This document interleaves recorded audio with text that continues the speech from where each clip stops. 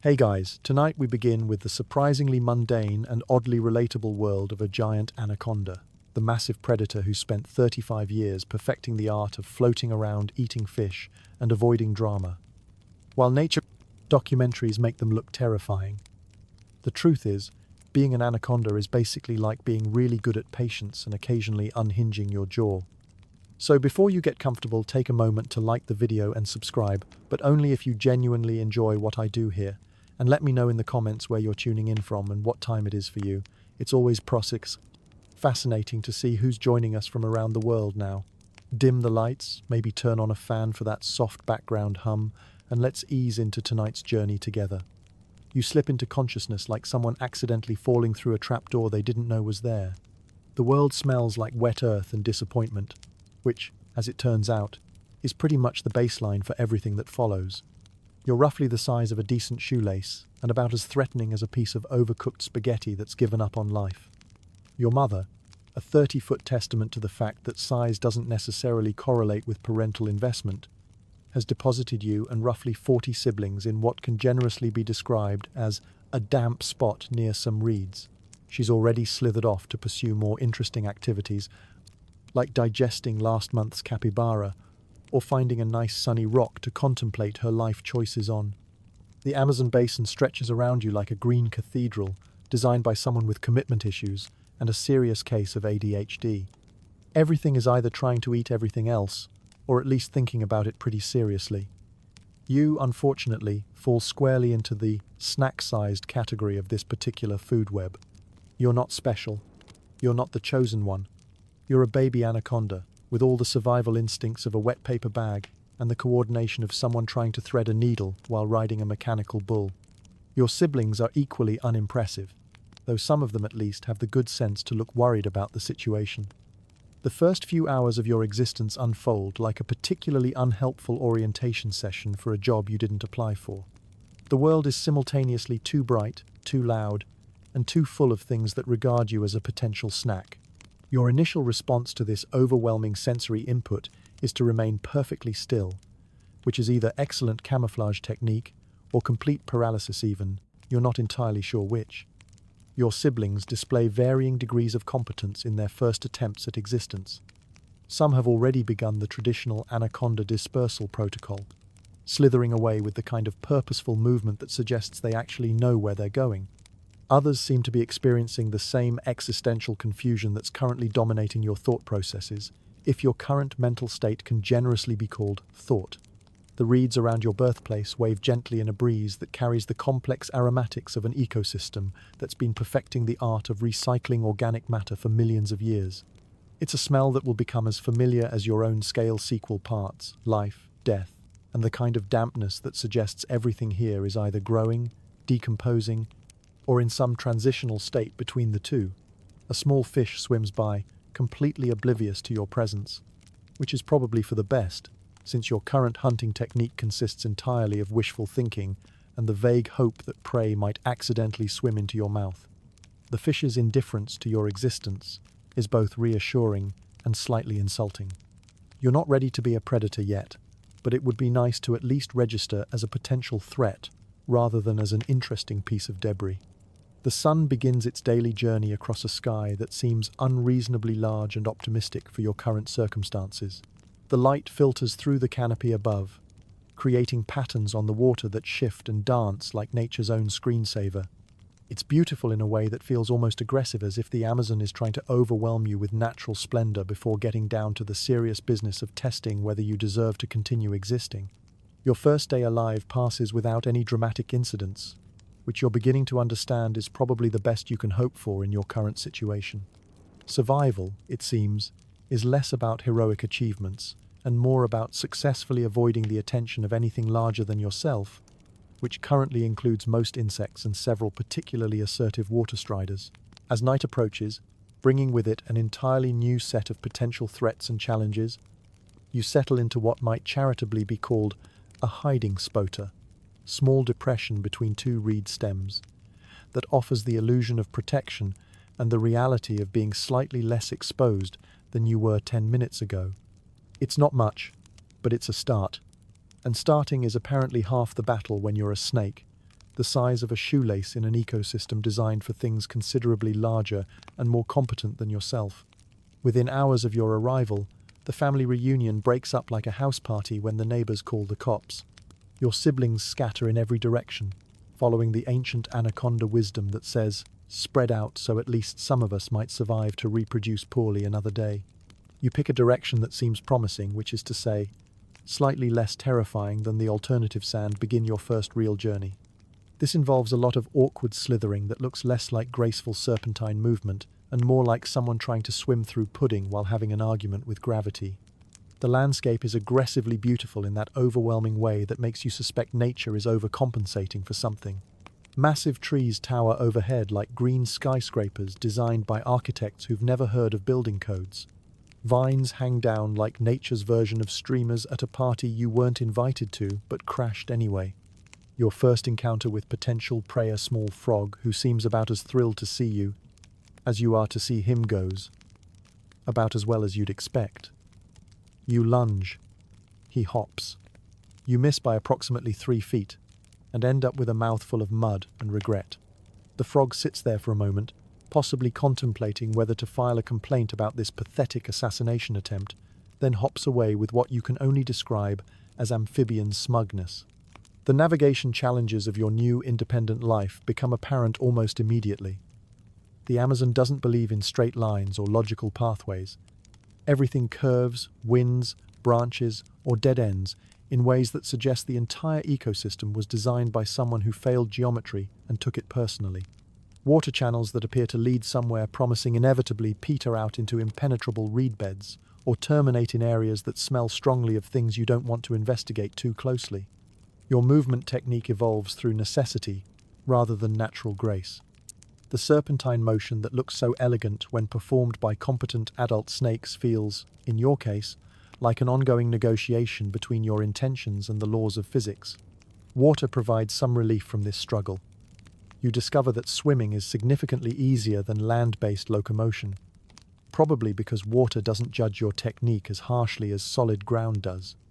The first day of independent travel covers perhaps 50 yards, though the circuitous route you take to achieve this distance suggests either poor navigation skills or an unconscious desire to thoroughly explore every available option for getting lost in your immediate vicinity.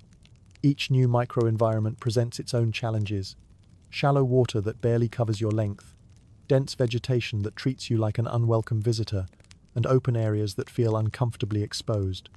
Predator awareness becomes a constant background process, like mental elevator music, except with higher stakes.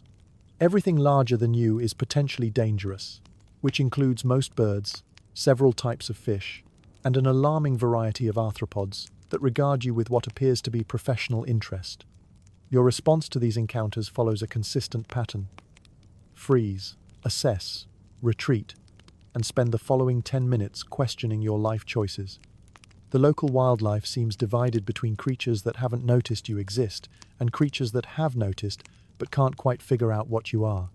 The latter category includes a small turtle who spends several minutes studying you with the kind of focused attention usually reserved for crossword puzzles, before apparently concluding that you're not worth the mental energy and swimming away with visible relief. Food remains largely theoretical during these first days of independence. Your hunting attempts follow a predictable pattern of overconfidence, followed by spectacular failure, followed by a period of philosophical reflection on the gap between ambition and capability. The small fish that inhabit your new territory demonstrate remarkable skill at being anywhere except where you think they should be when you attempt to catch them. Sleep presents its own complications. Finding a safe place to rest requires balancing the need for concealment against the equally important need to maintain escape routes, should concealment prove inadequate. Your first few sleeping spots represent compromises that satisfy neither requirement particularly well, but they do provide the valuable learning experience of waking up several times each night to assess whether that sound was actually dangerous or just the normal acoustic chaos of a jungle that never completely sleeps. By the end of your first week of independence, you've established a rough territory that could charitably be described as a section of swamp that nobody else seems to want.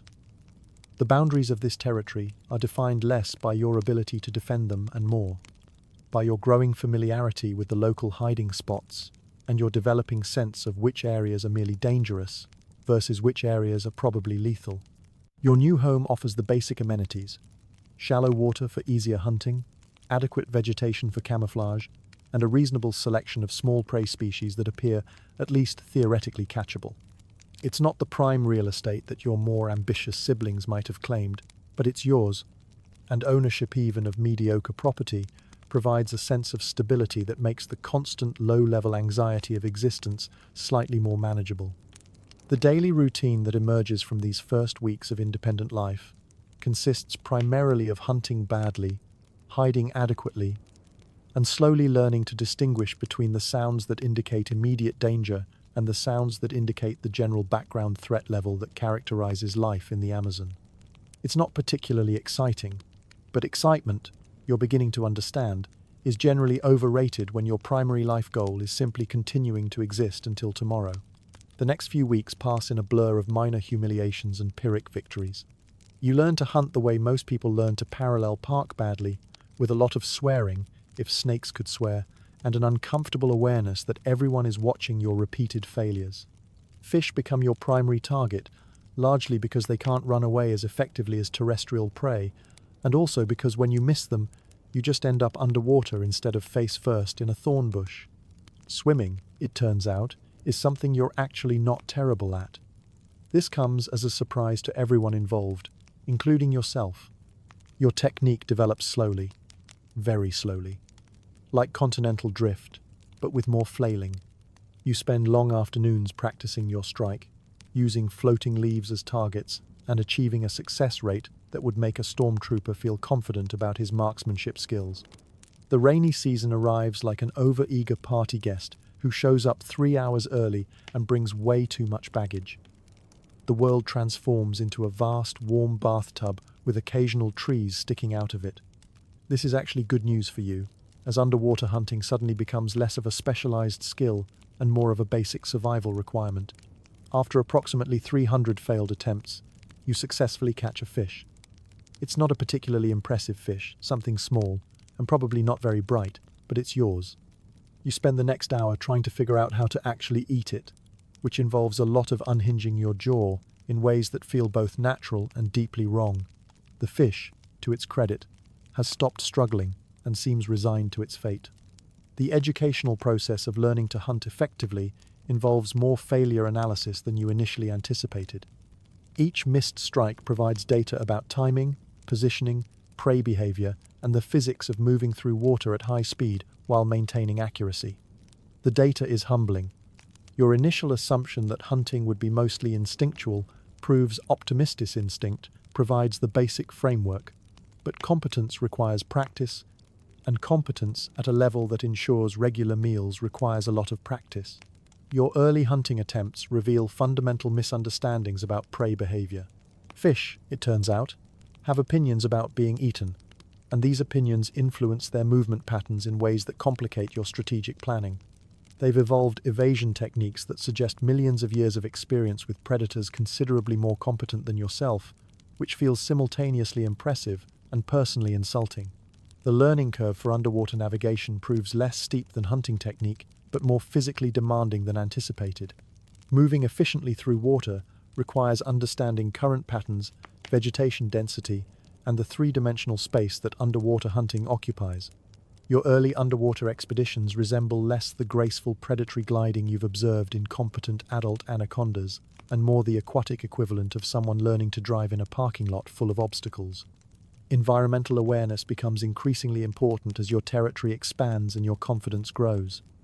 The ability to read water conditions, weather patterns, and the subtle signs that indicate the presence of larger predators proves as valuable as hunting technique in determining your daily survival odds. The Amazon communicates constantly through changes in sound, smell, and the behavior of other animals, but learning to interpret these communications requires the kind of attention to detail that doesn't come naturally when you're primarily focused on not starving. The rainy season brings both opportunities and complications.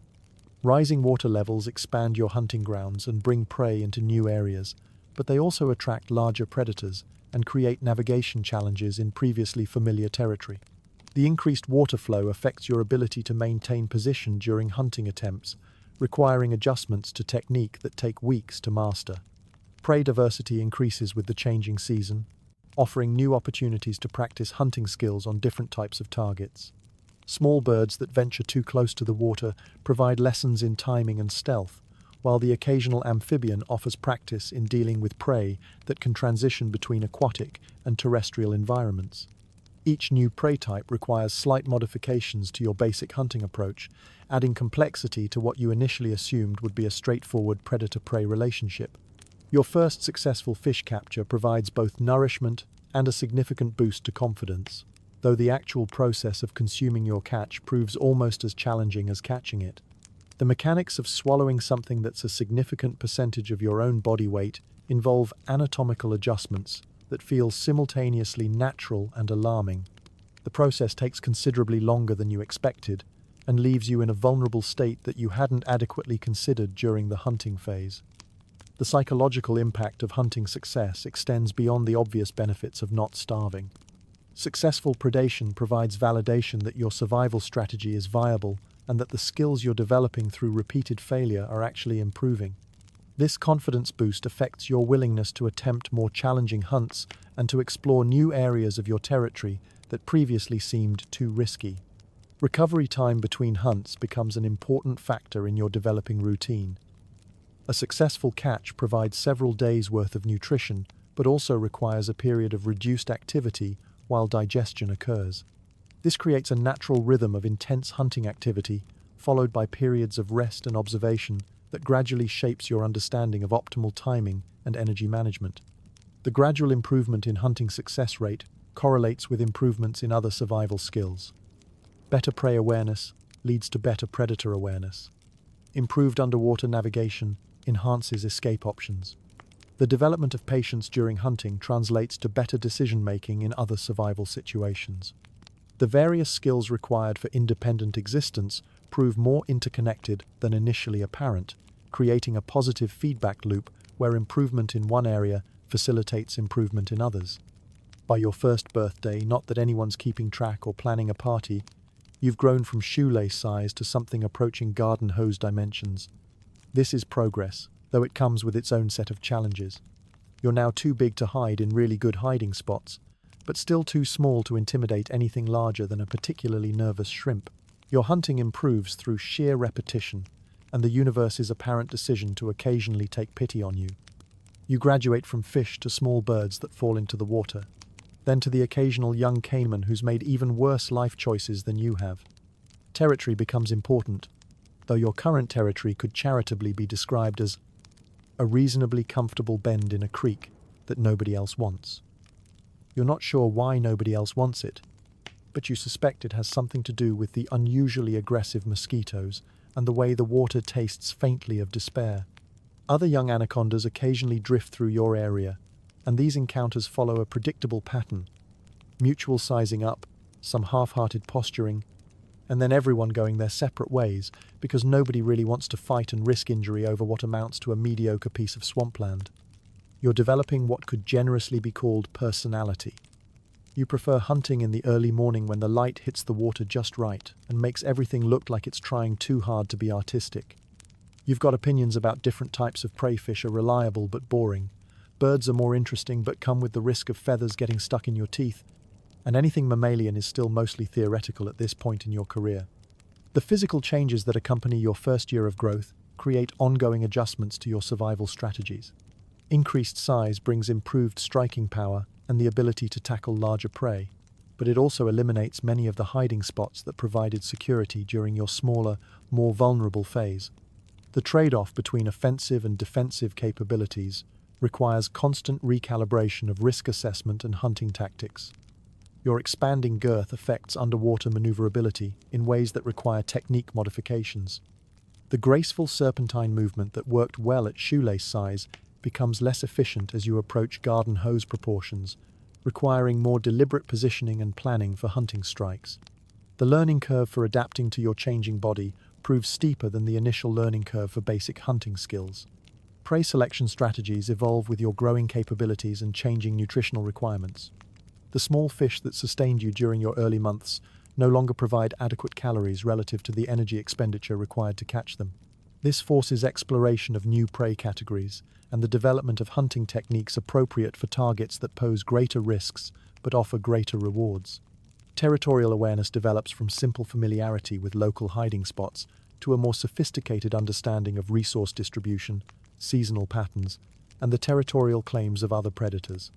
Your mediocre creek bend reveals unexpected advantages as you learn to read its subtle features, optimal ambush positions, reliable prey migration routes, and defensive positions that weren't apparent during your initial evaluation of the property.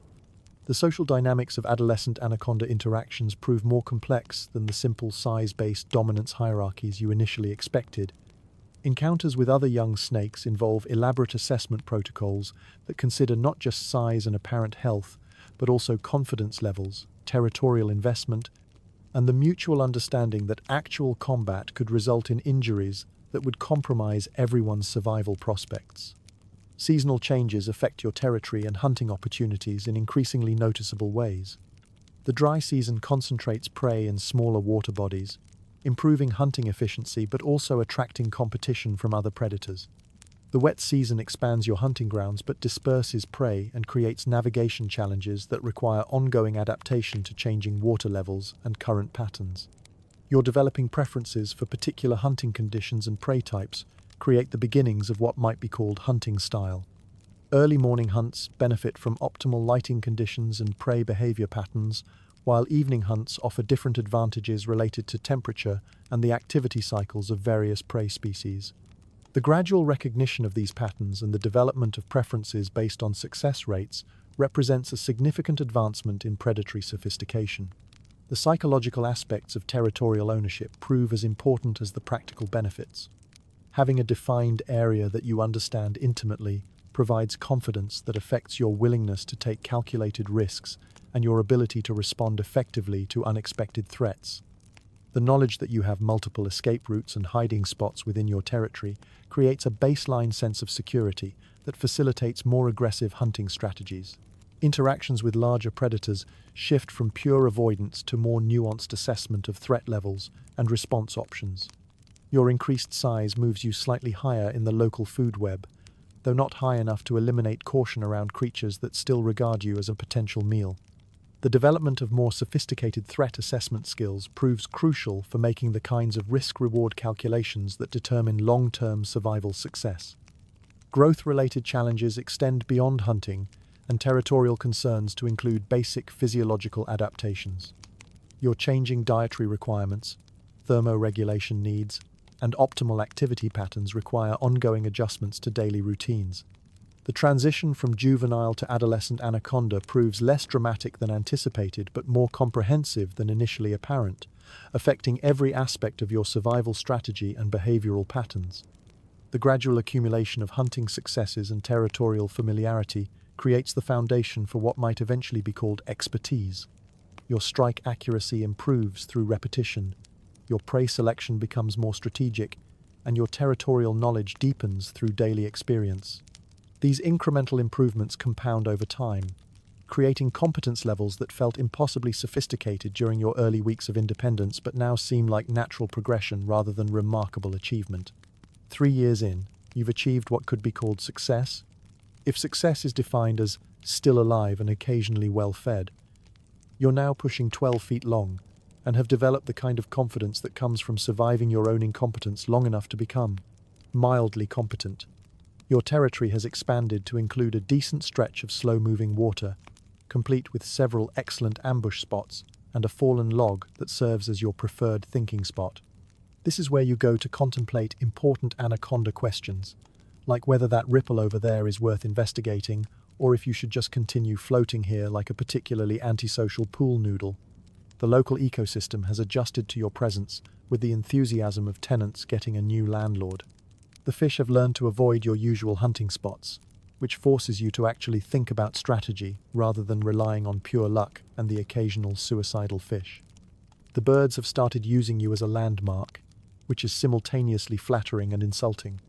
Other anacondas occasionally test your boundaries, leading to confrontations that play out like extremely slow-motion wrestling matches. These encounters are less dramatic battle for supremacy and more two large snakes trying to figure out who's willing to put in the most effort to avoid having this conversation. Usually, someone gives up and leaves, though not before you've both spent several hours wrapped around each other in what looks romantic but feels mostly uncomfortable. You win most of these encounters through sheer stubbornness and the fact that you've gotten genuinely attached to your mediocre piece of swamp. It's not much, but it's yours, and you've put too much work into learning all the good hiding spots to give it up now. The transformation from barely competent survivor to legitimate territorial predator happens gradually, like watching your reflection age or noticing that your favorite log has become more comfortable through repeated use.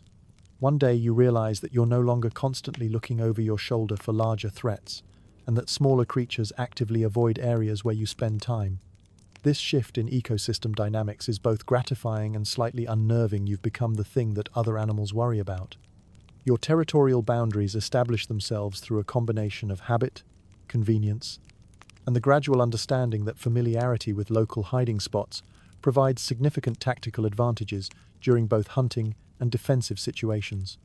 The creek bend that nobody else wanted 3 years ago has revealed its subtle virtues: optimal water depth for striking, convenient escape routes, and a seasonal prey migration pattern that you've learned to exploit with increasing efficiency. The fallen log that serves as your thinking spot develops an almost symbolic importance in your daily routine. It's positioned at the perfect angle to survey your primary hunting grounds while remaining camouflaged among the other deadfall that characterizes this section of waterway.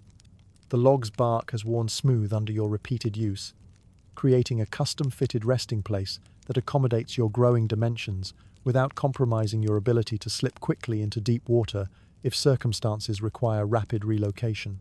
Property management becomes an unexpected aspect of territorial ownership. Maintaining optimal hunting conditions requires ongoing attention to vegetation growth, sediment patterns, and the seasonal activities of other animals whose presence affects prey behavior. You develop preferences for particular water levels and lighting conditions that maximize your hunting efficiency, though you're aware that these preferences make you predictable to animals intelligent enough to recognize patterns. The psychological aspects of territorial ownership prove as significant as the practical benefits. Having a defined area that you understand intimately creates a baseline confidence that affects your willingness to take calculated risks and your ability to respond quickly to unexpected opportunities or threats. The knowledge that you have multiple contingency plans for various scenarios allows for more aggressive hunting strategies and more effective defensive positioning when challenged by competitors. Your growing reputation within the local ecosystem creates ripple effects that extend beyond direct predator-prey relationships. Smaller predators begin avoiding your territory, which reduces competition for prey but also eliminates some of the environmental pressure that kept you sharp during your early years. The trade-off between security and complacency becomes an ongoing consideration in your strategic planning, though you're not always conscious of making these calculations. Seasonal variations in territory quality become more apparent as your understanding of local patterns deepens. The same creek bend that provides excellent hunting during high water periods becomes less advantageous when water levels drop, requiring seasonal adjustments to hunting strategies and temporary expansions of territorial boundaries. Learning to read these cyclical changes and plan accordingly represents a significant advancement in your sophistication as a territorial predator. The relationship between territorial size and defensibility proves more complex than initially anticipated. Larger territories provide more hunting opportunities and greater resource security, but they also require more energy to patrol and defend effectively. Finding the optimal balance between expansion and consolidation becomes an ongoing challenge that requires constant assessment of your capabilities relative to potential competitors and changing environmental conditions. Maintenance of territorial boundaries requires a combination of physical presence, scent marking, and the occasional demonstration of your willingness to defend your claims through direct confrontation.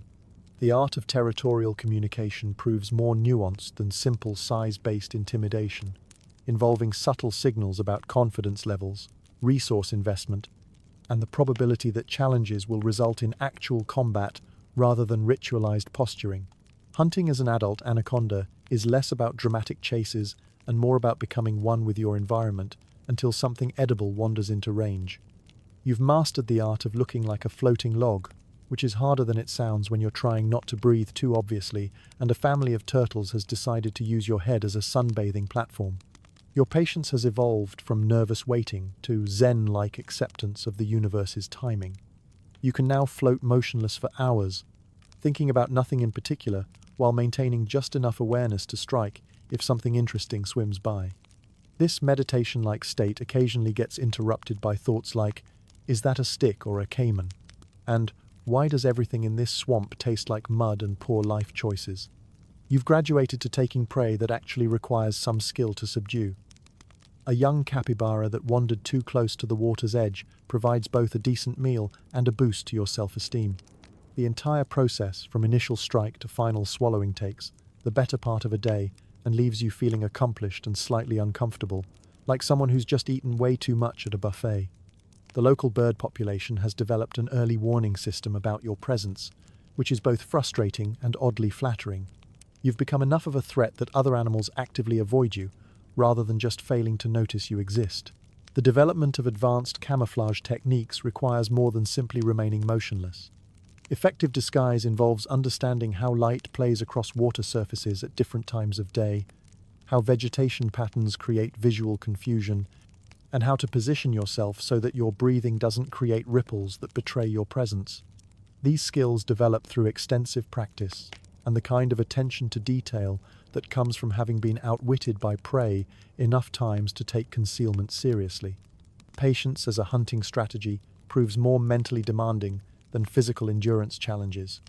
Maintaining the proper level of alertness while appearing completely inactive requires a kind of focused relaxation that feels contradictory but becomes natural through repetition.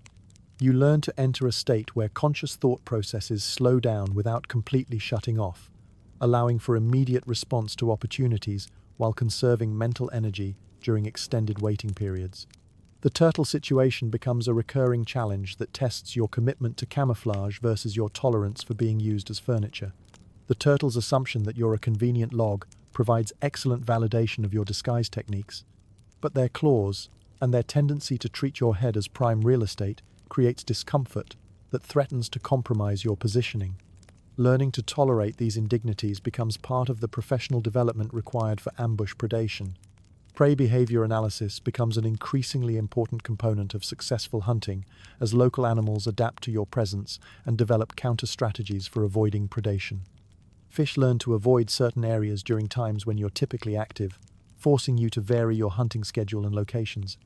Birds develop flight patterns that minimize their exposure to areas where you might be concealed. The ongoing chess match between predator adaptation and prey counter-adaptation requires constant adjustment of tactics and timing. The capybara encounter represents a significant milestone in your predatory career, not just because of the meal's size, but because of the complex skill set required for successful completion. Judging the optimal striking distance for a partially terrestrial target, managing the transition from aquatic ambush to shoreline capture, and controlling a struggling prey animal significantly larger than your previous targets requires integration of multiple specialized techniques that you've been developing separately. The psychological impact of major hunting successes extends beyond immediate nutritional benefits. Successfully taking challenging prey provides validation that your strategic approach is sound and that the skills you've been developing are progressing toward genuine expertise. This confidence boost affects your willingness to attempt increasingly ambitious hunts and to invest energy in learning advanced techniques that might not pay off immediately but could provide long-term advantages. Recovery periods between major hunts become opportunities for reflection and tactical planning rather than simply passive waiting for digestion to complete. You develop the ability to analyze recent hunting attempts, identifying elements that worked well and areas where technique improvements might increase future success rates. This analytical approach to predation represents a significant advancement from the trial and error learning of your early years. The bird warning system that develops in response to your growing reputation creates both challenges and opportunities. While early warning systems make surprise attacks more difficult, they also provide information about prey movement patterns and help you identify areas where your camouflage techniques are most and least effective. Learning to use this feedback to improve your concealment strategies turns a defensive adaptation by prey species into a training tool for predator improvement. Environmental awareness during extended hunting sessions expands beyond immediate prey detection to include monitoring for potential threats, weather changes, and opportunities that might arise outside your immediate hunting focus. This broader situational awareness requires mental bandwidth management that balances primary objectives with secondary considerations, developing the kind of multitasking skills that characterize experienced predators. The meditation-like state that develops during extended waiting periods provides unexpected benefits beyond hunting efficiency. The mental discipline required for maintaining alertness while remaining motionless translates to improved stress management, better decision-making under pressure, and the kind of calm confidence that affects success rates across various survival challenges. The psychological training aspect of patience-based hunting proves as valuable as the direct predatory benefits. Anaconda social interactions are about as complex as a handshake between two people who don't particularly want to shake hands. You encounter other members of your species occasionally, and these meetings follow well-established protocols. Assess size, determine threat level, exchange what passes for pleasantries in the snake world, then go back to ignoring each other. There's an older female who sometimes passes through your territory, easily twice your size and carrying herself with the confidence of someone who's never had to worry about becoming someone else's lunch. She treats you with the kind of benign indifference usually reserved for furniture, acknowledging your existence with a brief glance before continuing on to more important matters. The concept of romance is still largely theoretical for you. You're aware that it exists. You've seen the evidence in the form of other snakes engaging in what looks like extremely slow dancing, but it's not yet a pressing concern. You're still working on basic life skills like eating things larger than your head and not getting eaten by things larger than your head. The younger anacondas you occasionally encounter treat you with a mixture of wariness and aspiration, as if you represent some kind of achievable life goal. This is both flattering and slightly depressing, as your life goals at this point amount to continue existing and maybe find a more comfortable log to think on. The social hierarchy that governs anaconda interactions proves more nuanced than simple size-based dominance, though size remains the primary determining factor in most encounters. Age, territorial investment, seasonal condition, and recent feeding status all influence the complex calculations that determine whether a meeting will result in conflict, negotiation, or mutual avoidance. Reading these subtle signals becomes crucial for managing social encounters efficiently and avoiding unnecessary conflicts. Communication methods among anacondas rely heavily on body language, positioning, and chemical signals that convey information about size, health, reproductive status, and territorial claims. The subtlety of these communication systems becomes apparent only through extended observation and experience, as the differences between aggressive posturing, defensive positioning, and neutral acknowledgement involve small variations in posture and movement that can dramatically affect encounter outcomes. The older female who traverses your territory represents both a learning opportunity and a reality check regarding your current position in the local hierarchy. Her casual treatment of your territorial boundaries demonstrates the kind of confidence that comes from genuine apex predator status, while her indifference to your presence suggests that you haven't yet achieved the size or reputation necessary to warrant serious consideration as either a threat or a potential mate. Observing her hunting techniques during her occasional visits provides insights into advanced predatory strategies that you might eventually develop.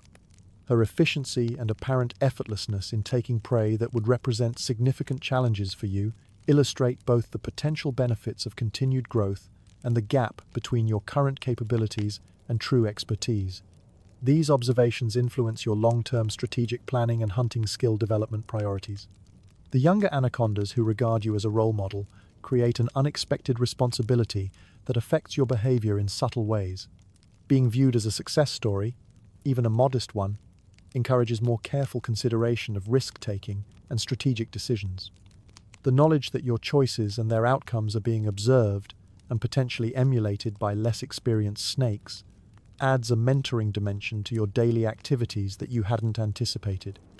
Seasonal variations in social encounter frequency correlate with breeding cycles, territorial adjustments, and resource availability patterns that affect the movement and behavior of other anacondas.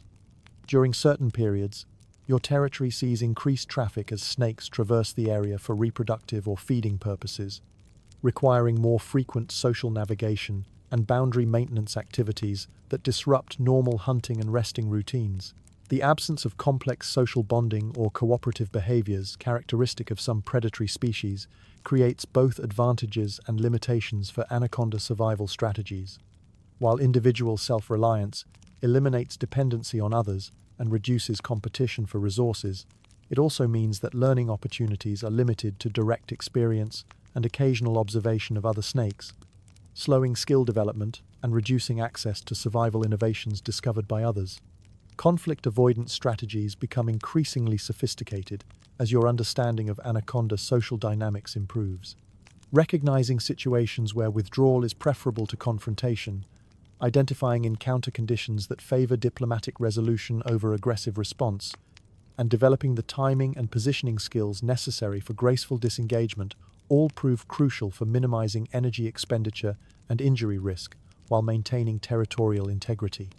The relationship between social status and hunting success creates feedback loops that affect both individual development and community dynamics.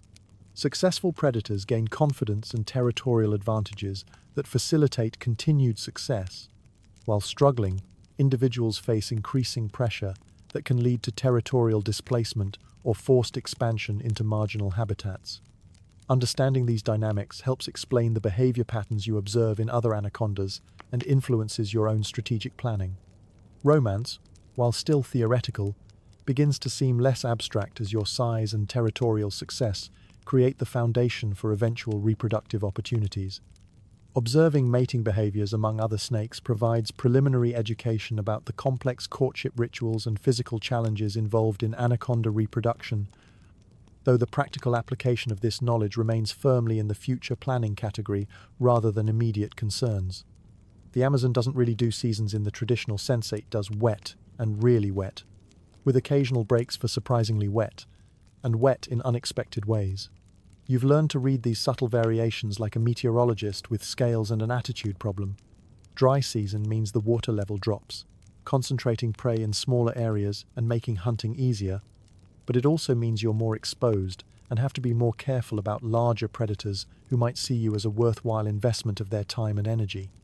You spend these months being simultaneously more successful and more paranoid, which is an exhausting combination. When the rains come, the entire landscape transforms into something resembling a liquid jungle gym. Trees disappear underwater, creating a maze of submerged branches that you navigate with increasing skill. This is your favorite time of year. The hunting is good, the hiding spots are plentiful, and the whole world feels like it's been designed specifically for your particular skill set. You've learned to read the subtle signs that indicate whether a partially submerged log is actually a log or a caiman having a quiet moment. This skill has prevented several embarrassing encounters and possibly saved your life more times than you care to count. The transition periods between wet and dry seasons create unique opportunities and challenges that require flexible adaptation of hunting strategies and territorial management approaches. Rising water levels gradually expand available habitat while changing prey distribution patterns, forcing ongoing adjustments to hunting schedules and location preferences. Falling water levels concentrate prey, but also concentrate competition, requiring more aggressive territorial defense and careful timing of hunting activities. Temperature variations throughout the annual cycle affect your metabolic rate, activity levels, and hunting efficiency in ways that require seasonal adjustment of energy expenditure and food intake patterns. Cooler periods reduce your need for frequent feeding but also slow your reaction times and movement speed, requiring compensation through improved positioning and timing. Warmer periods increase energy requirements but also enhance physical performance, enabling more ambitious hunting attempts and expanded territorial activities. You've started seeing more humans in your territory, which is both fascinating and concerning. They move through your world like tourists, visiting a dangerous theme park, making a lot of noise and taking pictures of things that seem completely unremarkable to you. You've learned to avoid them not because they're particularly threatening, but because they're unpredictable and tend to make decisions that don't make sense from a snake perspective. One memorable encounter involves a group of researchers who spend several days trying to catch you for what they claim are scientific purposes. You spend those same days demonstrating your mastery of the ancient anaconda, art of looking like part of the scenery until the annoying things go away. Eventually they give up and leave, probably to write a paper about the elusiveness of your species.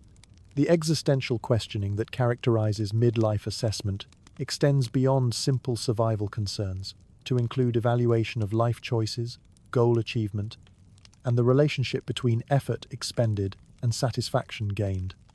Having achieved basic competence and territorial security, you're confronted with the question of what constitutes meaningful accomplishment for an anaconda who has successfully navigated the challenges of early adulthood but hasn't yet achieved the legendary status of truly large individuals. Professional development as an apex predator reaches a plateau where incremental improvements require increasingly sophisticated techniques and greater risk-taking for marginal gains in hunting efficiency. The easy victories that characterized your early territorial establishment are replaced by challenges that require advanced strategic thinking and the willingness to invest significant energy in outcomes that aren't guaranteed to succeed. The comfort level achieved through territorial mastery and hunting competence creates its own challenges in the form of complacency and reduced motivation for continued skill development.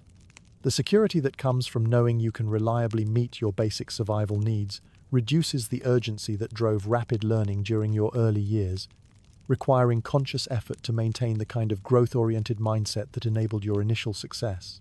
Comparison with other anacondas becomes an unavoidable aspect of self-assessment as you encounter individuals who have achieved greater size, territorial success, or reproductive accomplishment.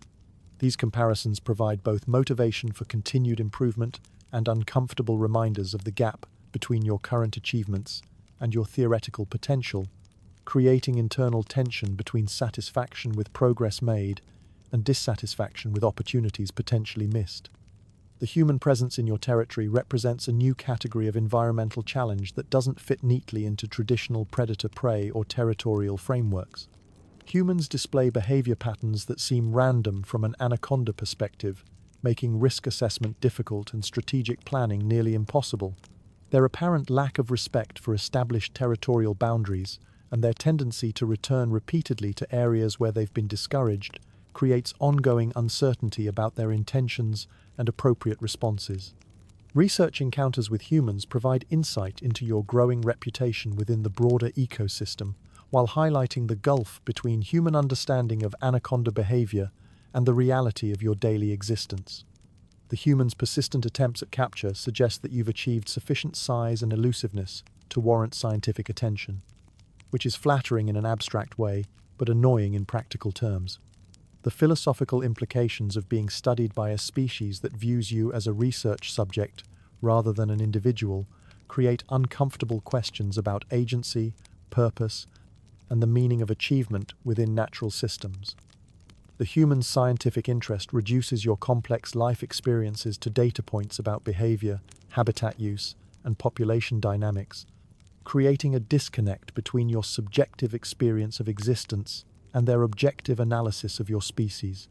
Career satisfaction assessment reveals the tension between the practical success of survival and territorial achievement and the absence of clear metrics for measuring anaconda fulfillment beyond basic biological imperatives.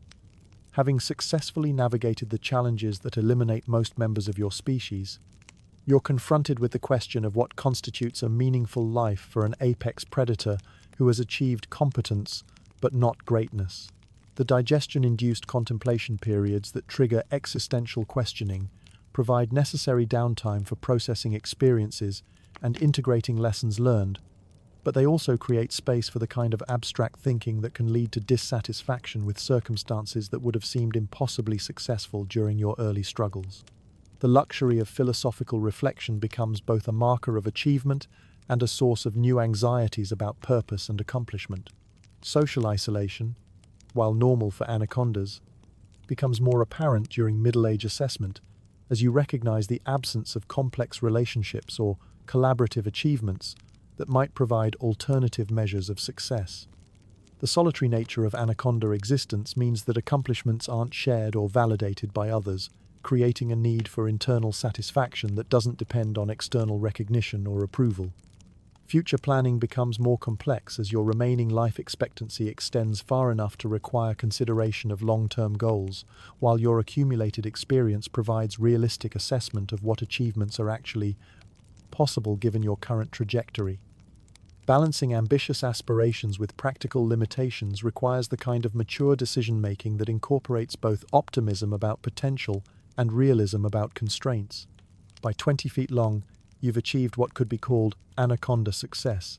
You're large enough to take prey that would have been impossible dreams in your youth, comfortable enough in your territory to be genuinely relaxed, and experienced enough to handle most situations with the calm confidence of someone who's seen it all before.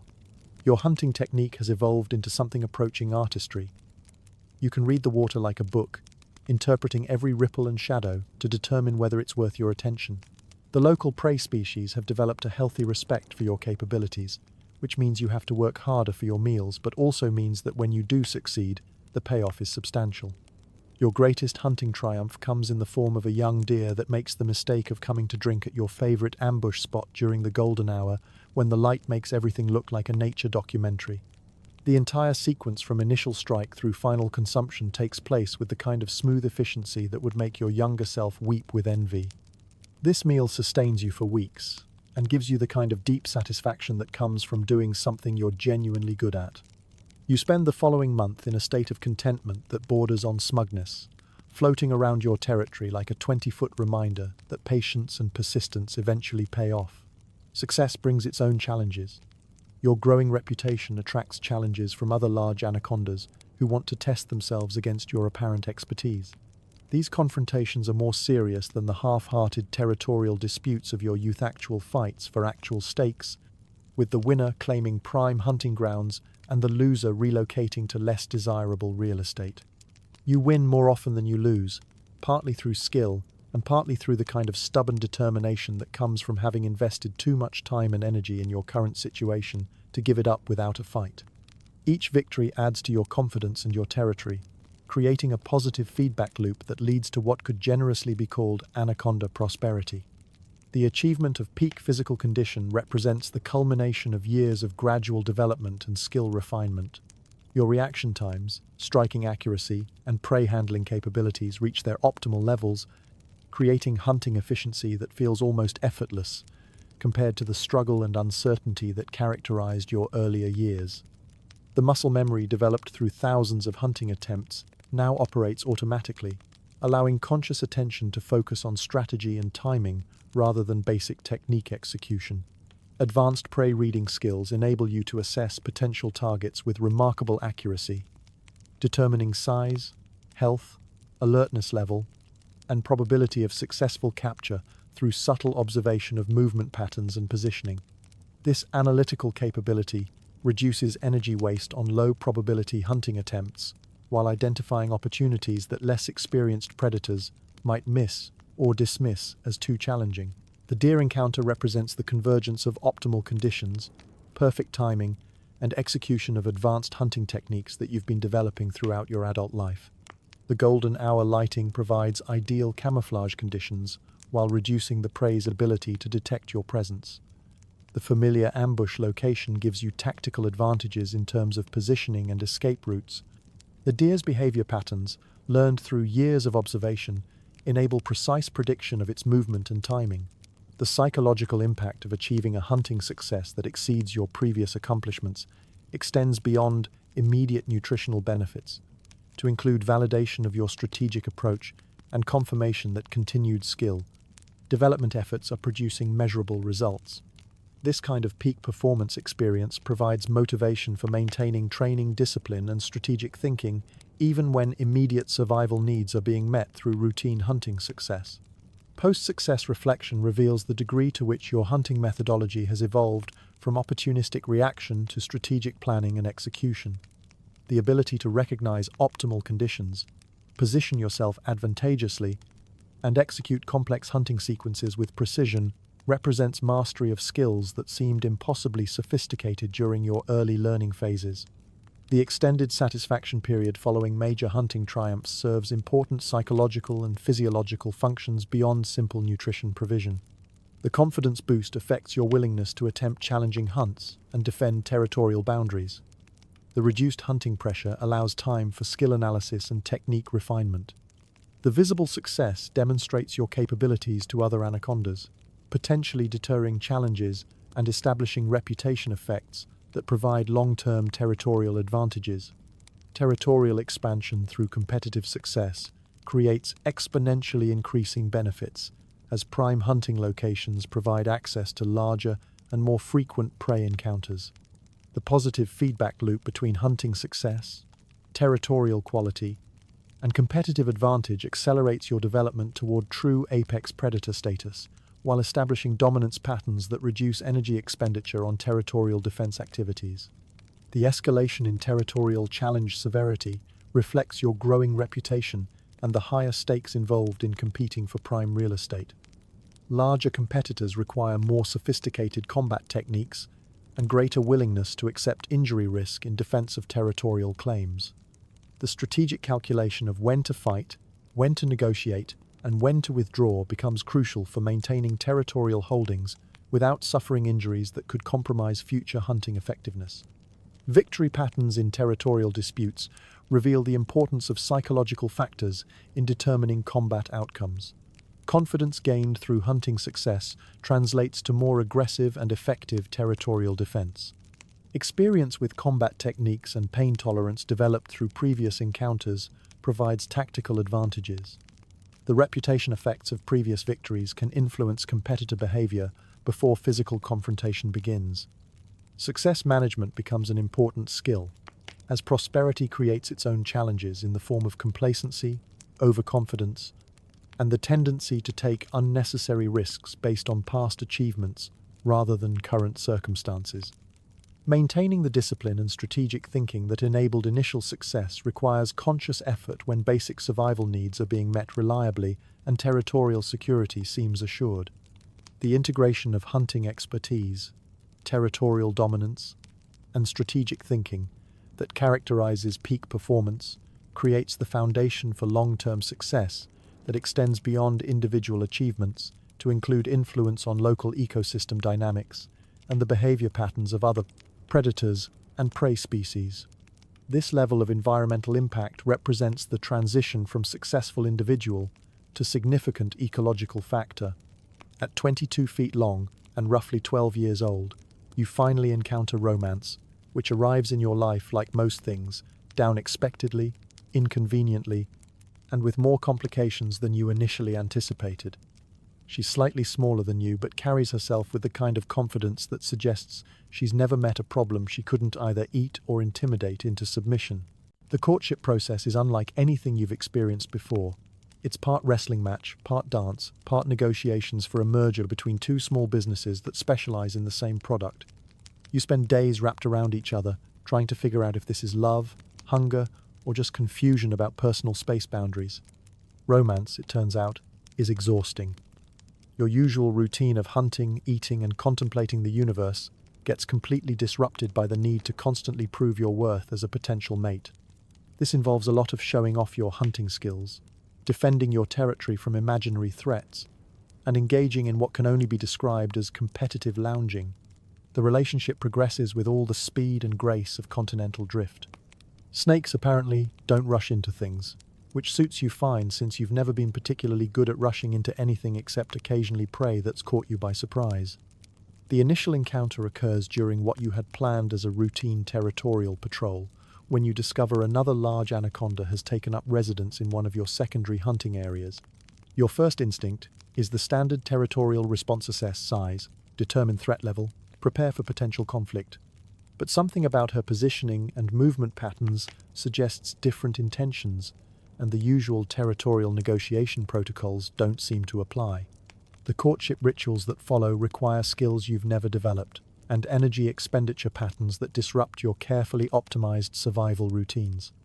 Demonstrating hunting prowess to an audience proves more challenging than simple predation, as the pressure to perform perfectly transforms routine hunting into high-stakes theater, where failure carries both practical and romantic consequences. Physical courtship involves prolonged periods of intertwined positioning that feels simultaneously natural and awkward, like learning a dance where both partners are making up the steps as they go along. The wrestling match aspects serve multiple functions: physical compatibility assessment, strength evaluation, and the kind of extended contact that allows for chemical communication about health, reproductive status, and general suitability as a mate. Territorial sharing negotiations prove unexpectedly complex as both parties must balance individual territorial needs with the space requirements of a potential partnership. Your prime hunting locations become subjects of subtle negotiation, with usage rights and access priorities requiring diplomatic resolution that you've never needed to develop for purely territorial disputes. The competitive lounging that characterizes much of the courtship period involves demonstrating superior resting technique, optimal basking positions, and general lifestyle quality that might appeal to a potential mate. This transforms previously functional activities into performance art, adding self-consciousness to activities that had become automatic through years of practice. Communication challenges arise from the need to convey intentions and feelings through species-appropriate methods that rely heavily on position, movement, and chemical signals, rather than the kind of direct verbal expression that might clarify confusing situations. Misunderstandings develop and resolve through prolonged physical contact and observation rather than explicit discussion. The energy costs of extended courtship create time management challenges that affect hunting efficiency, territorial patrol schedules, and basic maintenance activities. The need to remain in proximity to your potential mate while maintaining individual survival requirements forces optimization of daily routines that had been perfected for solitary living. Uncertainty about relationship status and future expectations creates psychological stress that affects decision-making in areas extending beyond romantic considerations. The lack of clear protocols for Anaconda relationship progression leaves both parties trying to interpret signals and behaviors through intuition and hope rather than established social frameworks. The gradual development of partnership dynamics requires adjustments to individual behavior patterns that have been reinforced through years of independent living. Sharing space, coordinating activities, and considering another snake's needs in strategic planning represent significant departures from the purely self-interested calculations that have governed your adult life. Seasonal considerations add complexity to courtship timing, as reproductive cycles must align with optimal environmental conditions for offspring survival, while accommodating the extended relationship development period that characterizes Anaconda romance.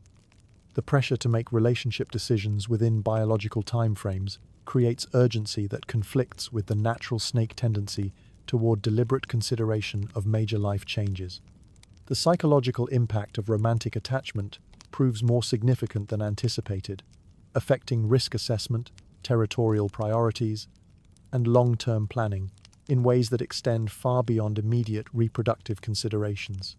The introduction of another individual's welfare into your decision-making processes represents a fundamental shift from purely individual survival strategies to partnership-based planning that requires entirely new, analytical frameworks.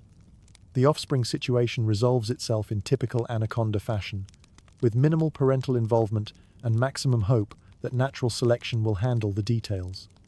Your mate produces approximately 30 young snakes who look exactly like you did 15 years ago, small, confused, and statistically unlikely to survive to adulthood.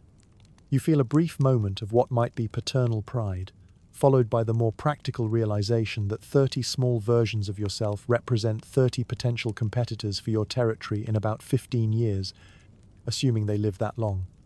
The mother handles this situation with the traditional Anaconda approach of wandering off to pursue other interests, leaving the younglings to figure things out on their own. You contemplate your responsibilities as a father and conclude that your primary job is to not eat your own offspring, which is both easier and harder than it sounds. Easier because you're not particularly hungry. Harder because some of them are displaying the same poor decision-making skills that characterized your own youth, and natural selection works better without parental interference. You spend a few weeks in the vicinity, partly out of curiosity and partly out of a vague sense that you should be doing something parental. Mostly, you watch your offspring make the same mistakes you made, with the same predictable results. It's like watching a very slow-motion replay of your own youth, except with 30 times as many protagonists, and roughly the same survival rate. The birth process itself occurs with the kind of biological efficiency that makes human reproductive complications seem unnecessarily dramatic. Your mate's approach to labor involves finding a secure location and proceeding with the practical business of producing offspring without requiring assistance, coaching, or emotional support. The entire process concludes with 30 small snakes and one exhausted female who immediately begins planning her departure. Parental instinct assessment reveals a surprising absence of the overwhelming protective urges that characterize many species' reproductive behavior. Your primary emotional response involves mild curiosity about the offspring's survival prospects combined with relief that your direct involvement in their care appears minimal. This lack of intense parental bonding feels simultaneously natural and slightly concerning, suggesting either optimal evolutionary programming or fundamental emotional deficiency. The mathematical realities of anaconda reproduction become apparent as you observe 30 offspring competing for resources in an environment that might realistically support 5 or 6 survivors through their first year. The brutal efficiency of this survival selection process eliminates the need for parental resource allocation decisions while ensuring that only the most capable individuals contribute to the next generation. Observational parenting involves watching your offspring navigate the same learning challenges that characterized your own early development, providing opportunities to reflect on survival strategies and decision-making patterns that you've internalized through experience. The external perspective on anaconda development reveals aspects of your own behavioral evolution that weren't apparent during your personal learning process. Territorial implications of offspring presence create immediate challenges, as 30 small predators alter local prey behavior patterns and attract the attention of larger predators who view baby snakes as convenient snacking. Opportunities. Your territory transforms from a carefully managed hunting preserve to a chaotic nursery environment that reduces hunting efficiency while increasing security requirements. The departure of your mate following offspring production returns you to familiar solitary living arrangements while leaving you responsible for monitoring young snakes who share your territorial space but don't necessarily respect your authority or experience. This creates an ambiguous relationship dynamic that combines parental concern with territorial management challenges. Survival rate observations provide harsh lessons about the relationship between parental investment and offspring success rates. The young snakes who survive their first weeks demonstrate independence, cunning, and aggressive self-advocacy that correlates more strongly with inherent capability than with any parental guidance or protection you might provide. Genetic legacy considerations begin to seem more abstract as you watch your offspring develop distinct personalities and survival strategies that may or may not reflect your own behavioral patterns.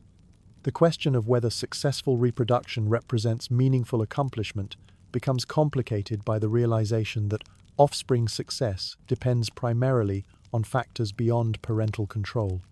The gradual dispersal of surviving offspring provides relief from territorial management complications while creating emotional ambiguity about the significance of their departure.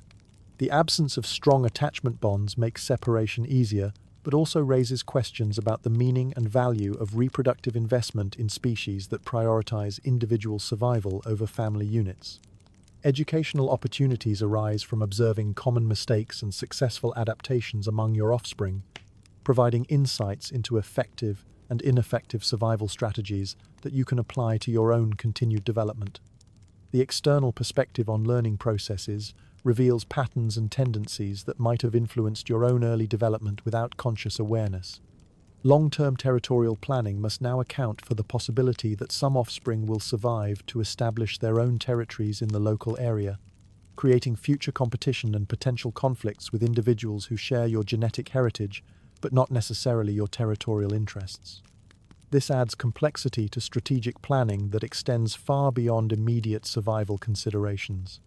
The philosophical implications of creating new life in an environment where survival depends on competition and predation create abstract questions about responsibility, legacy, and the ethics of reproduction in species where parental investment is minimal and offspring mortality is extremely high. These considerations don't affect practical decision-making but provide material for contemplation during extended digestion periods. By your 15th year, You've developed the kind of wisdom that comes from having survived your own poor judgment long enough to recognize it in others. Younger anacondas occasionally seek you out, apparently under the impression that your continued existence qualifies you to give life advice. You're not entirely sure this is true, but you've learned to appreciate the ego boost that comes with being consulted as an expert. Your advice tends to be practical rather than inspirational. Find a good territory and stick with it. Don't hunt anything that might hunt you back, and remember that patience is a virtue but stupidity is forever. The young snakes listen with the kind of polite attention that suggests they're already planning to ignore everything you've said, which is probably for the best, since your success is largely due to luck and stubbornness rather than any particular wisdom. Your reputation attracts challengers who want to test themselves against your experience. These encounters play out differently than the territorial disputes of your youth. There's less posturing and more direct evaluation of whether this fight is worth the potential energy expenditure. You win most of these confrontations through a combination of size, experience, and the kind of calm confidence that comes from having nothing left to prove. The younger challengers are stronger and more aggressive, but they lack the patience and tactical thinking that comes from having spent years perfecting the art of not doing anything stupid. The development of mentoring relationships occurs organically as younger anacondas begin treating your territory as a reference point for navigation and your presence as an indicator of habitat quality. These informal consultations provide opportunities to share practical knowledge while reinforcing your status as a successful territorial holder whose experience has value for less experienced individuals. Advice dispensation reveals the gap between theoretical knowledge and practical application, as survival strategies that seem obvious through hindsight prove difficult to communicate effectively to individuals who haven't yet developed the experience base necessary for understanding contextual applications. Your recommendations often seem overly conservative to young snakes who haven't yet learned to distinguish between calculated risks and unnecessary dangers. The patience required for effective mentoring conflicts, with your naturally decreasing tolerance for repetitive questions and obvious mistakes that younger anacondas make despite receiving advice that should prevent such errors. The teaching process becomes an exercise in self-control as you balance the desire to help with frustration at the inability of advice recipients to immediately implement recommendations.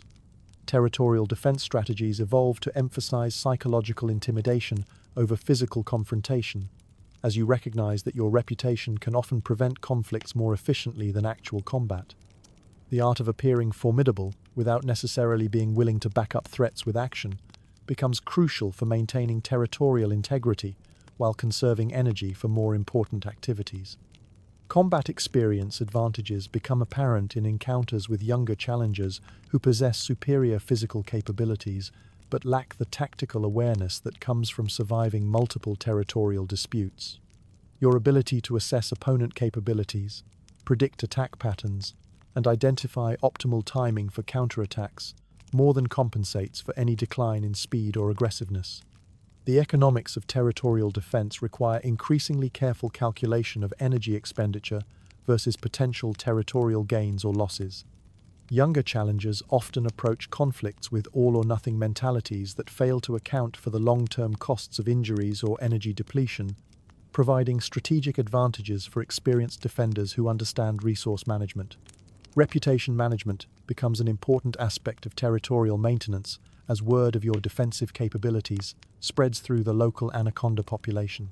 Maintaining the perception of continued formidability requires occasional demonstrations of combat prowess, while avoiding unnecessary confrontations that might reveal any decline in actual fighting ability.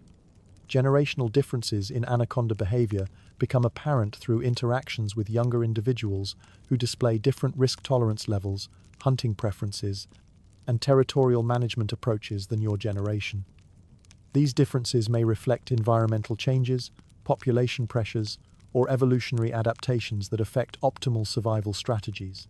The psychological aspects of aging involve accepting gradual changes in physical capabilities while leveraging accumulated experience and knowledge to maintain competitive advantages. The transition from relying primarily on physical prowess to emphasizing strategic thinking and tactical awareness requires mental adjustments that affect self-perception and confidence levels. Teaching effectiveness varies significantly based on the receptiveness and existing knowledge base of younger snakes seeking advice. Some individuals demonstrate genuine interest in learning from experience, while others appear to seek validation for decisions they've already made rather than guidance for future choices. Legacy considerations begin to seem relevant as you recognize that your accumulated knowledge and successful survival strategies could benefit future generations of anacondas, though the solitary nature of your species limits opportunities for meaningful knowledge transfer. The question of whether individual survival achievements have broader significance becomes a subject for philosophical reflection. The satisfaction derived from successful mentoring relationships provides psychological benefits that extend beyond simple ego gratification to include a sense of contributing to the survival and success of younger individuals who might otherwise struggle with challenges you've learned to navigate effectively. This intergenerational connection creates meaning that purely individual achievements cannot provide. Your 20th year brings changes that go beyond the normal seasonal variations you've learned to expect. The humans are showing up more frequently, bringing with them machinery that makes alarming noises and disturbs the water in ways that suggest they don't understand how ecosystems work. Some of your favorite hunting spots disappear entirely, replaced by cleared areas that serve no apparent purpose, except to demonstrate that humans have strong opinions about where trees should and shouldn't grow. You adapt by expanding your territory and learning to hunt in areas you'd previously avoided, but the process is frustrating and makes you nostalgic for the simpler times when your biggest worry was whether that floating log was actually a caiman. Climate patterns that have been reliable throughout your entire life start becoming unreliable. Wet seasons arrive late or not at all, dry seasons extend beyond reasonable limits, and the water temperature fluctuates in ways that affect prey behavior in unpredictable ways. You adapt because that's what anacondas do. You adjust your hunting patterns, explore new areas, and develop contingency plans for situations you've never encountered before. It's not particularly dramatic or heroic, it's just the kind of practical problem solving that's kept your species alive for millions of years. The acceleration of human activity in your region introduces variables that don't conform to the natural patterns you've spent decades learning to predict and exploit. Unlike seasonal variations or gradual ecological changes, human interventions occur suddenly and without apparent consideration for existing ecosystem relationships that affect your survival strategies. Habitat modification by humans creates permanent alterations to landscape features that have defined your territorial boundaries and hunting success for years. The loss of established ambush sites forces you to invest time and energy in developing familiarity with new locations that may not provide equivalent advantages, reducing hunting efficiency while you adapt to altered environmental conditions. Noise pollution from human machinery affects prey behavior patterns in ways that extend far beyond immediate disturbance events. Fish become more skittish, bird migration routes shift, and mammalian drinking patterns change in response to unpredictable sound levels that interfere with natural predator-prey relationship dynamics you've relied upon for successful hunting. Water quality changes introduce chemical and particulate contaminants that affect both your health and the health of prey species you depend upon for nutrition. While your digestive system can handle considerable variation in prey quality, systematic degradation of food sources creates long-term health risks that compound over time and may affect your longevity and reproductive success. Climate pattern disruptions force adaptation of seasonal behavior cycles that have been optimized through years of experience with predictable environmental rhythms. Temperature fluctuations affect your metabolic rate and activity levels in ways that require constant adjustment of hunting schedules, territorial patrol patterns, and energy conservation strategies. Prey population dynamics shift in response to environmental changes that affect food webs at multiple levels, creating unpredictable variations in prey availability that complicate hunting planning and territorial management. Species that have been reliable food sources may become scarce, while previously uncommon prey may become more abundant, requiring ongoing adjustment of hunting techniques and target selection. The psychological stress of adapting to rapidly changing environmental conditions affects decision-making processes that had become largely automatic through years of experience with stable ecological relationships. Constant vigilance for new variables and potential threats increases mental fatigue, while reducing the cognitive resources available for optimizing hunting and territorial strategies. Migration patterns of both prey and competitor species change in response to habitat alterations and climate disruption, affecting territorial value and requiring reassessment of long-term territorial investment strategies. Areas that have been prime hunting grounds may lose their advantages, while previously marginal territories may become more valuable due to changing resource distributions. Adaptation strategies must now account for the possibility that environmental changes will continue or accelerate, rather than representing temporary disruptions that will eventually return to previous patterns. This uncertainty requires development of more flexible survival approaches that can accommodate unknown future conditions rather than optimization for specific environmental conditions. Ecosystem resilience becomes a critical factor in territorial selection and hunting strategy development as you learn to identify areas and prey species that are likely to remain stable despite ongoing environmental pressures.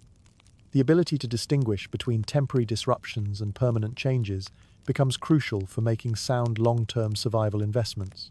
Conservation of energy becomes increasingly important as environmental uncertainty requires maintenance of larger reserve capacities for adapting to unexpected challenges. The luxury of optimizing efficiency for known conditions must be balanced against the need to maintain flexibility for responding to novel situations that may require entirely different survival approaches. Interspecies relationship dynamics shift as environmental pressures affect all local wildlife, creating new competitive situations and potentially beneficial partnerships that didn't exist under previous ecological conditions. Understanding these changing relationships becomes important for predicting prey behavior and identifying new threats or opportunities.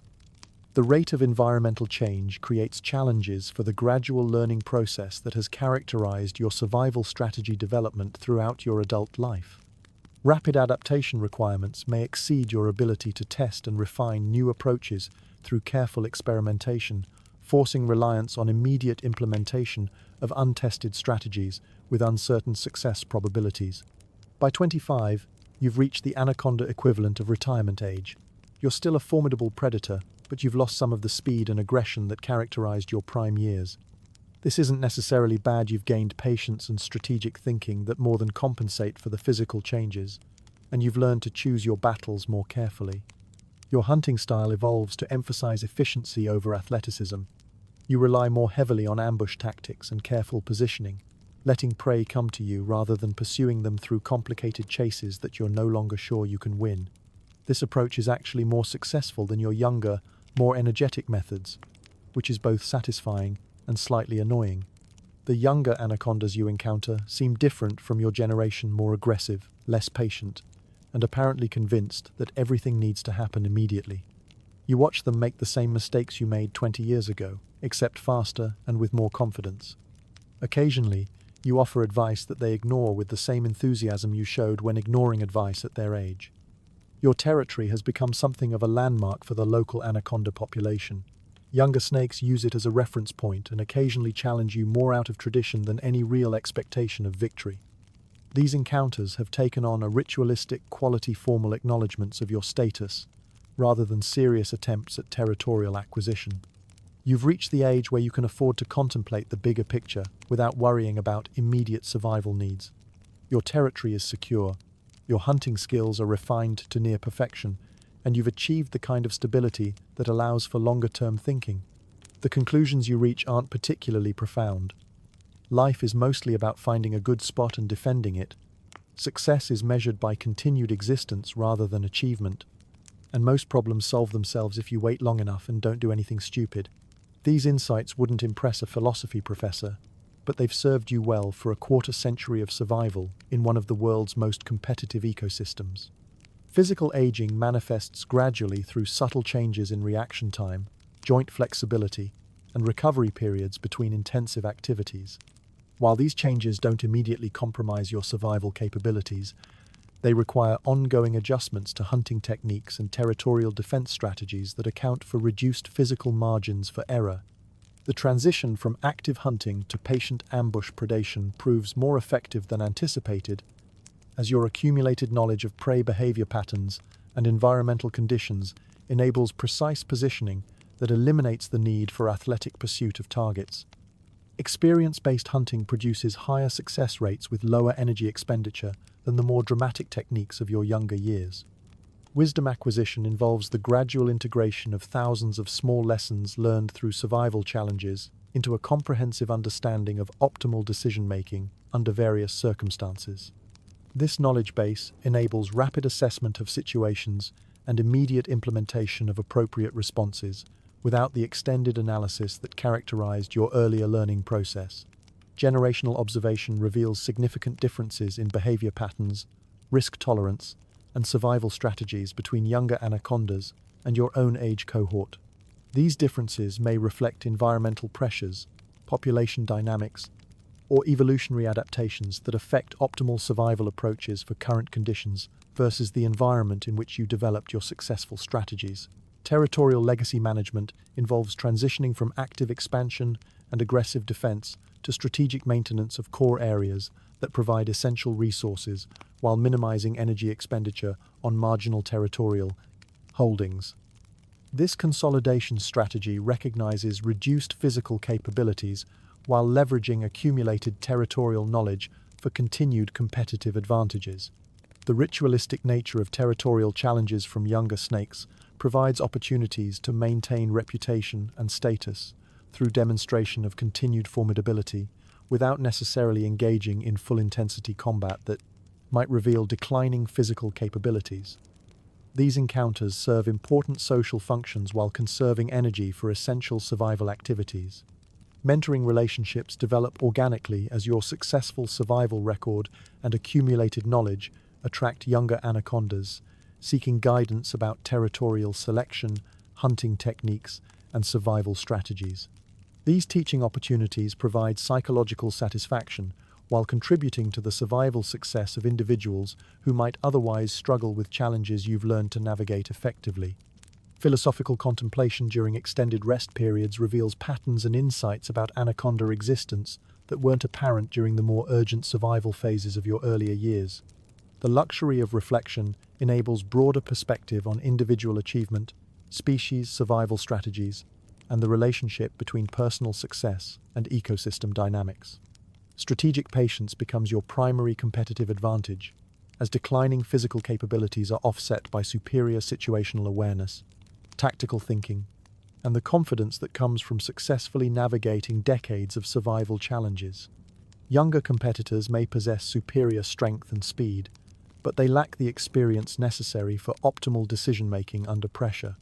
Legacy considerations involve assessment of your contribution to local ecosystem dynamics, influence on younger anacondas through mentoring relationships, and the genetic heritage represented by offspring who may have inherited advantageous traits from your successful survival adaptations. These broader impacts provide meaning that extends beyond individual achievement. Acceptance of natural aging processes eliminates the psychological stress of fighting inevitable changes, while enabling focus on maximizing the advantages that come with experience and accumulated knowledge. This mental adjustment improves decision-making by eliminating unrealistic assessments of capabilities and enabling accurate evaluation of opportunities and threats. Quality of life improvements result from reduced competition pressure, established territorial security, and the satisfaction that comes from achieving long-term survival success in a challenging environment. The ability to enjoy environmental beauty, comfortable resting spots, and successful hunts without constant vigilance for threats represents a form of anaconda contentment. The perspective gained through longevity reveals the cyclical nature of ecosystem challenges and the importance of adaptability over specialization for long-term survival success. This understanding influences strategic planning and risk assessment in ways that prioritize sustainable approaches over short-term optimizations that might compromise future flexibility. At 30 years old and approaching 28 feet in length, you've become something of a legend in your corner of the Amazon. Not because you've done anything particularly remarkable, but simply because you've continued existing long enough to become a fixture in the local ecosystem. Fish tell their children stories about you. Birds use your hunting grounds as cautionary tales. The occasional human researcher mentions you in papers about anaconda longevity and territorial behavior. Your daily routine has settled into a comfortable pattern that varies only with the seasons, and the occasional need to remind younger snakes that your territory boundaries are still enforced. You wake up when you feel like it, hunt when you're hungry, and spend long afternoons contemplating questions that seemed urgent 20 years ago but now feel comfortably academic. Younger anacondas seek you out not for dramatic wisdom or life-changing advice, but for practical guidance about territory selection and hunting technique.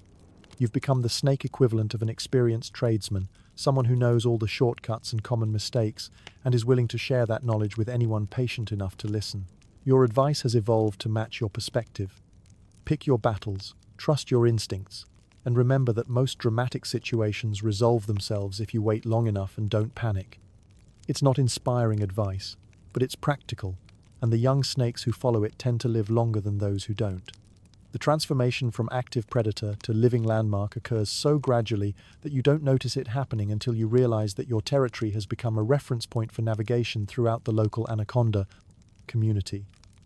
Younger snakes describe hunting grounds in relation to your location, and your hunting schedule has become predictable enough that other animals plan their activities around your known patterns.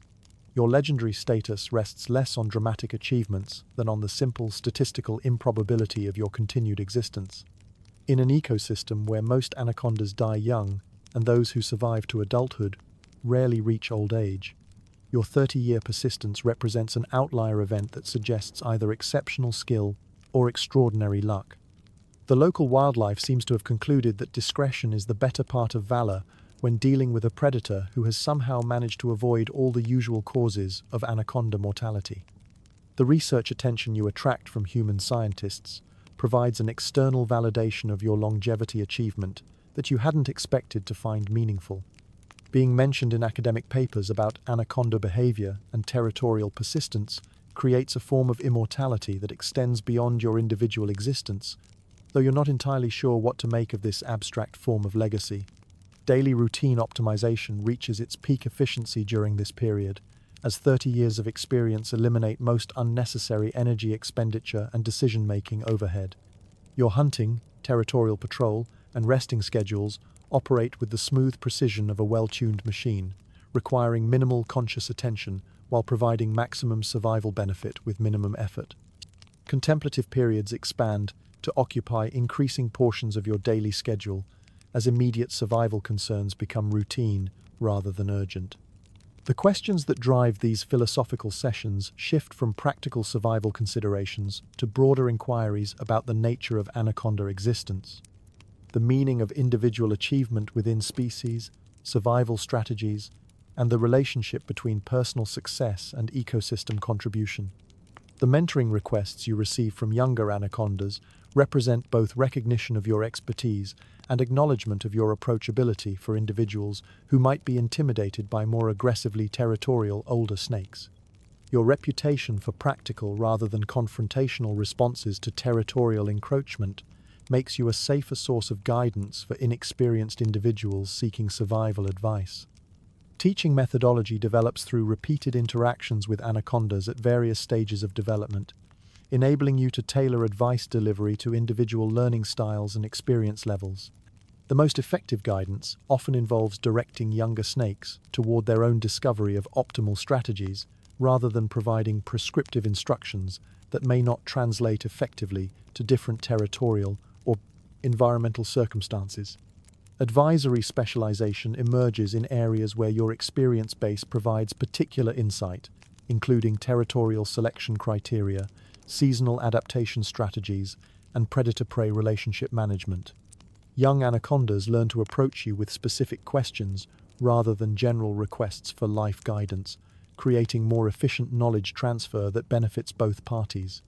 The satisfaction derived from successful mentoring relationships provides psychological rewards that complement but don't replace the basic contentment of individual survival success. Watching younger snakes implement your suggestions and achieve improved hunting or territorial outcomes creates a form of vicarious accomplishment that extends your influence beyond direct personal achievement. Reputation management becomes an important consideration as your legendary status attracts attention that may not always be welcome. Maintaining the appearance of continued formidability while actually preferring peaceful resolution of conflicts requires careful balance between accessibility for mentoring purposes and deterrent effect for potential territorial challenges. Legacy assessment reveals that your most significant contribution to local anaconda survival may be the knowledge transfer achieved through informal teaching rather than any direct territorial or genetic heritage. The cumulative effect of improved survival rates among advice recipients creates ecosystem-level impacts that extend far beyond individual mentoring relationships. Ecosystem integration reaches a level where your presence affects local wildlife behavior patterns in ways that extend beyond simple predator-prey relationships. Your territorial boundaries influence migration routes, your hunting schedule affects prey activity timing, and your reputation serves as a reference point for risk assessment by multiple species throughout your territorial range. The perspective gained through 3 decades of survival provides insight into long-term ecosystem cycles and environmental changes that aren't apparent to shorter-lived individuals. This temporal awareness enables prediction of seasonal variations, prey population cycles, and territorial opportunity patterns that prove valuable for both personal strategic planning and guidance provided to younger anacondas. Acceptance of elder status involves embracing the reduced physical demands and increased intellectual satisfaction that characterize this life stage, while acknowledging that your peak performance years are definitively behind you. This transition requires psychological adjustment that balances pride in past achievements with realistic assessment of current capabilities and future prospects. A young male anaconda arrives in your territory with the kind of confidence that suggests he's never encountered a problem he couldn't solve through direct application of force. He's roughly your size from 15 years ago, large enough to be dangerous, experienced enough to be competent, but still young enough to believe that aggression is a substitute for strategy. The challenge is more formal than your encounters with younger snakes. This isn't a learning experience or a ritual acknowledgement of hierarchy. It's a genuine attempt to claim your territory from someone who believes he can put it to better use. You approach the situation with the calm assessment that comes from having survived 30 years of similar challenges. The confrontation unfolds with all the speed and drama of 2 freight trains approaching each other from opposite directions. You're both large enough that a serious fight could result in significant injury for everyone involved, which transforms the encounter from a battle into a complex negotiation about risk assessment and energy expenditure. You win, but only barely. And only because your experience gives you better tactical awareness than his youth provides him with energy and aggression. The victory feels different from your earlier territorial successes less triumphant, more like a successful defense of a position you're not sure you want to keep holding indefinitely. The challenger's approach demonstrates the kind of systematic territorial evaluation that suggests genuine strategic thinking rather than opportunistic testing of boundaries.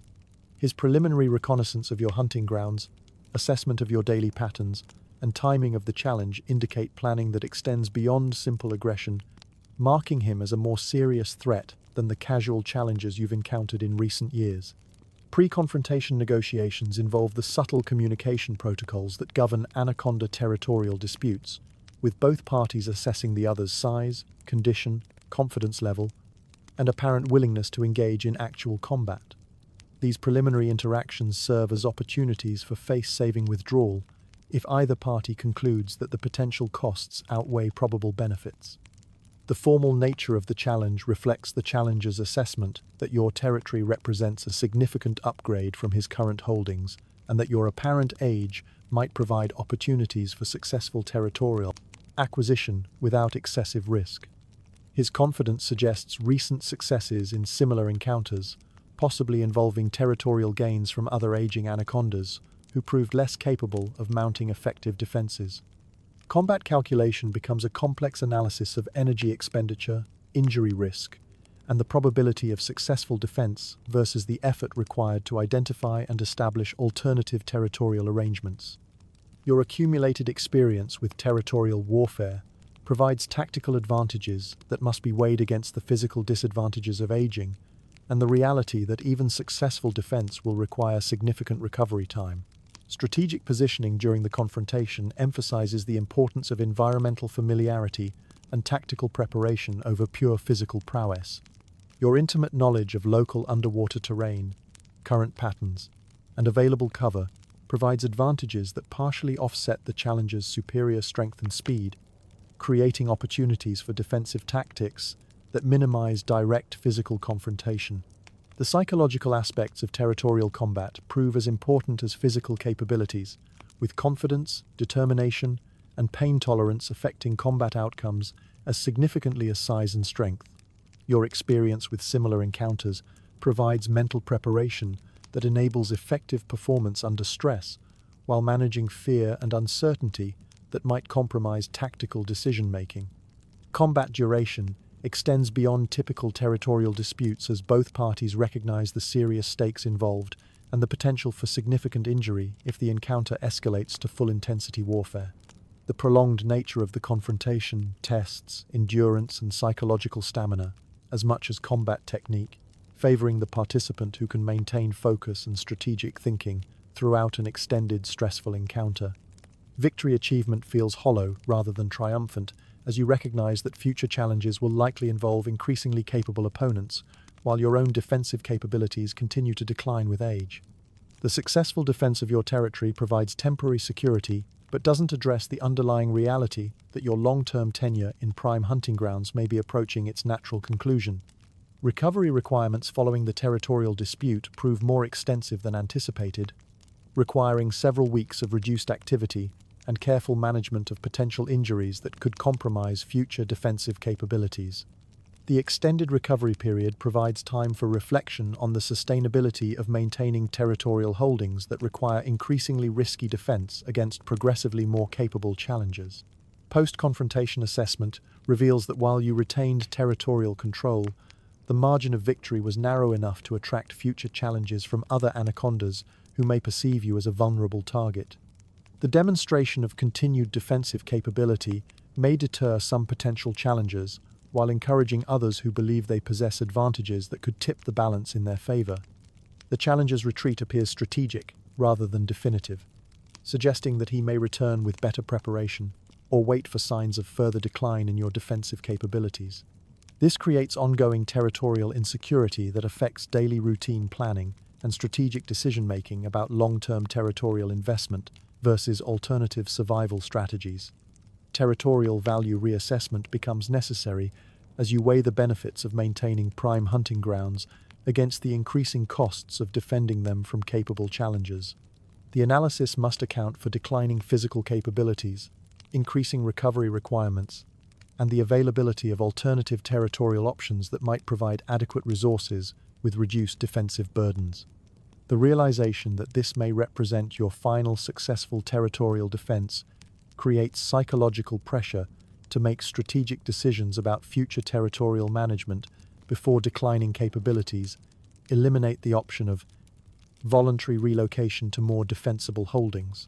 The timing of such decisions requires balancing pride in territorial achievement against practical considerations of long-term survival optimization. The following year brings another challenger, and this time your assessment of the risk-to-benefit ratio comes down on the side of strategic withdrawal. You're still capable of defending your territory, but the effort required has started outweighing the benefits of staying in place. It's time to find a quieter neighborhood. Your relocation is less dramatic than it sounds. You simply expand your range into areas you've never bothered to explore thoroughly, leaving your prime hunting grounds to the younger anaconda who's been eyeing them with increasing boldness. It's not defeat, it's delegation. Your new home is smaller but more comfortable, with fewer high-value hunting spots, but also fewer challenges and complications.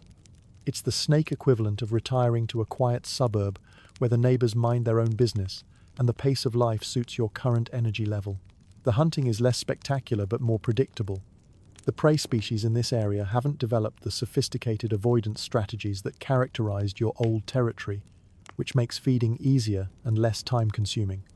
You catch fish that your younger self would have considered beneath your dignity, and discover that your current self finds them perfectly adequate.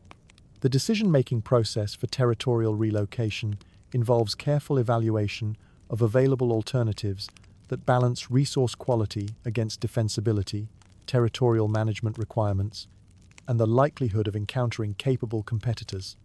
This strategic analysis represents the culmination of 30 years of territorial experience distilled into practical assessment of optimal survival positioning for your current capabilities. Reconnaissance of potential new territories reveals opportunities that you hadn't previously considered during your prime years, when territorial ambition focused on acquiring the highest value hunting grounds regardless of defensive challenges.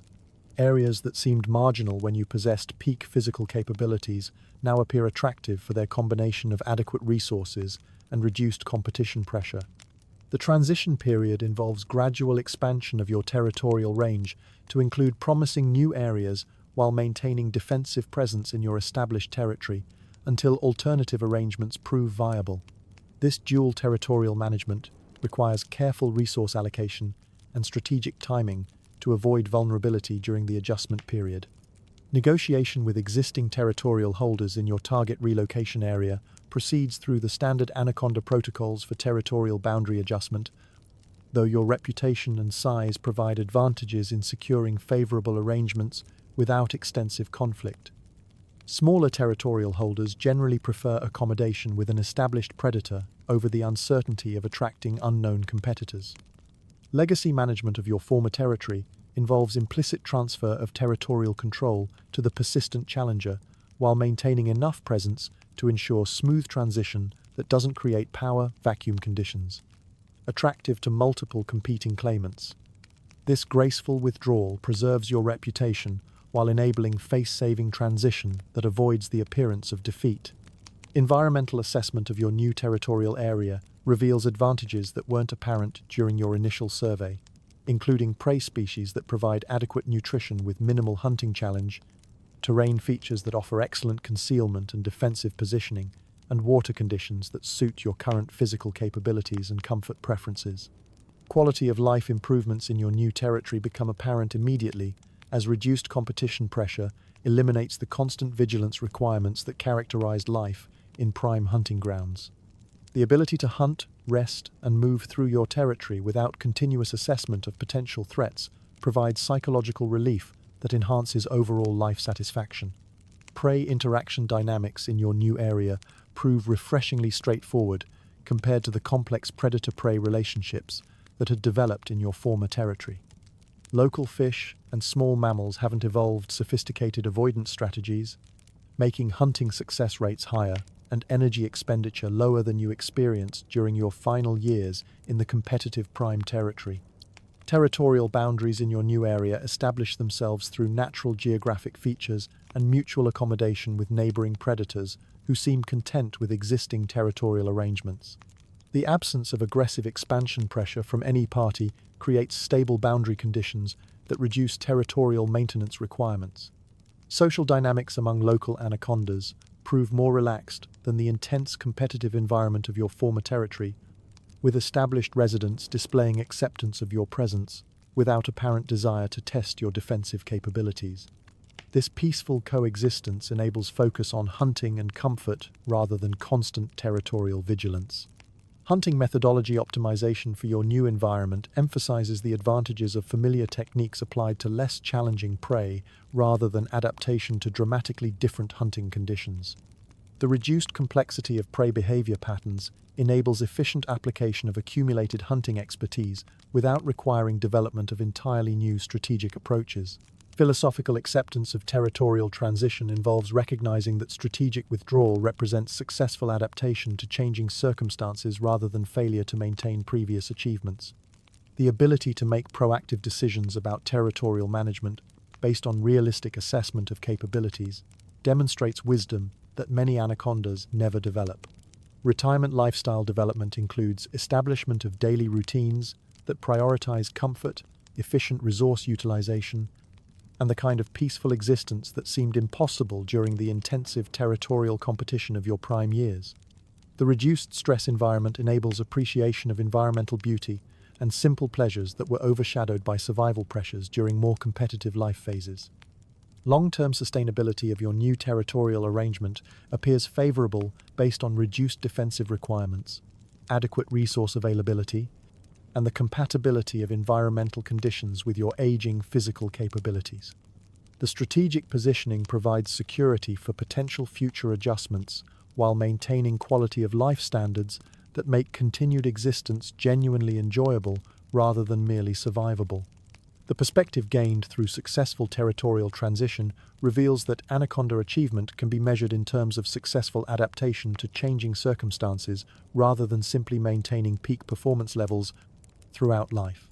The ability to recognize optimal timing for strategic changes and implement them successfully represents a form of wisdom that contributes to longevity and life satisfaction beyond simple territorial dominance. You're now approaching the upper limits of anaconda longevity, which gives your continued existence a slightly surreal quality. Most of your original cohort died decades ago, victims of predation, disease, or poor decision-making. Your survival represents either exceptional skill, extraordinary luck, or simple stubbornness, probably some combination of all three. Your current territory is modest but secure, a quiet backwater where you can hunt without competition and contemplate the universe without interruption. The younger generation of anacondas regards you as something between a natural landmark and a cautionary tale about what happens when you survive too long for your own good.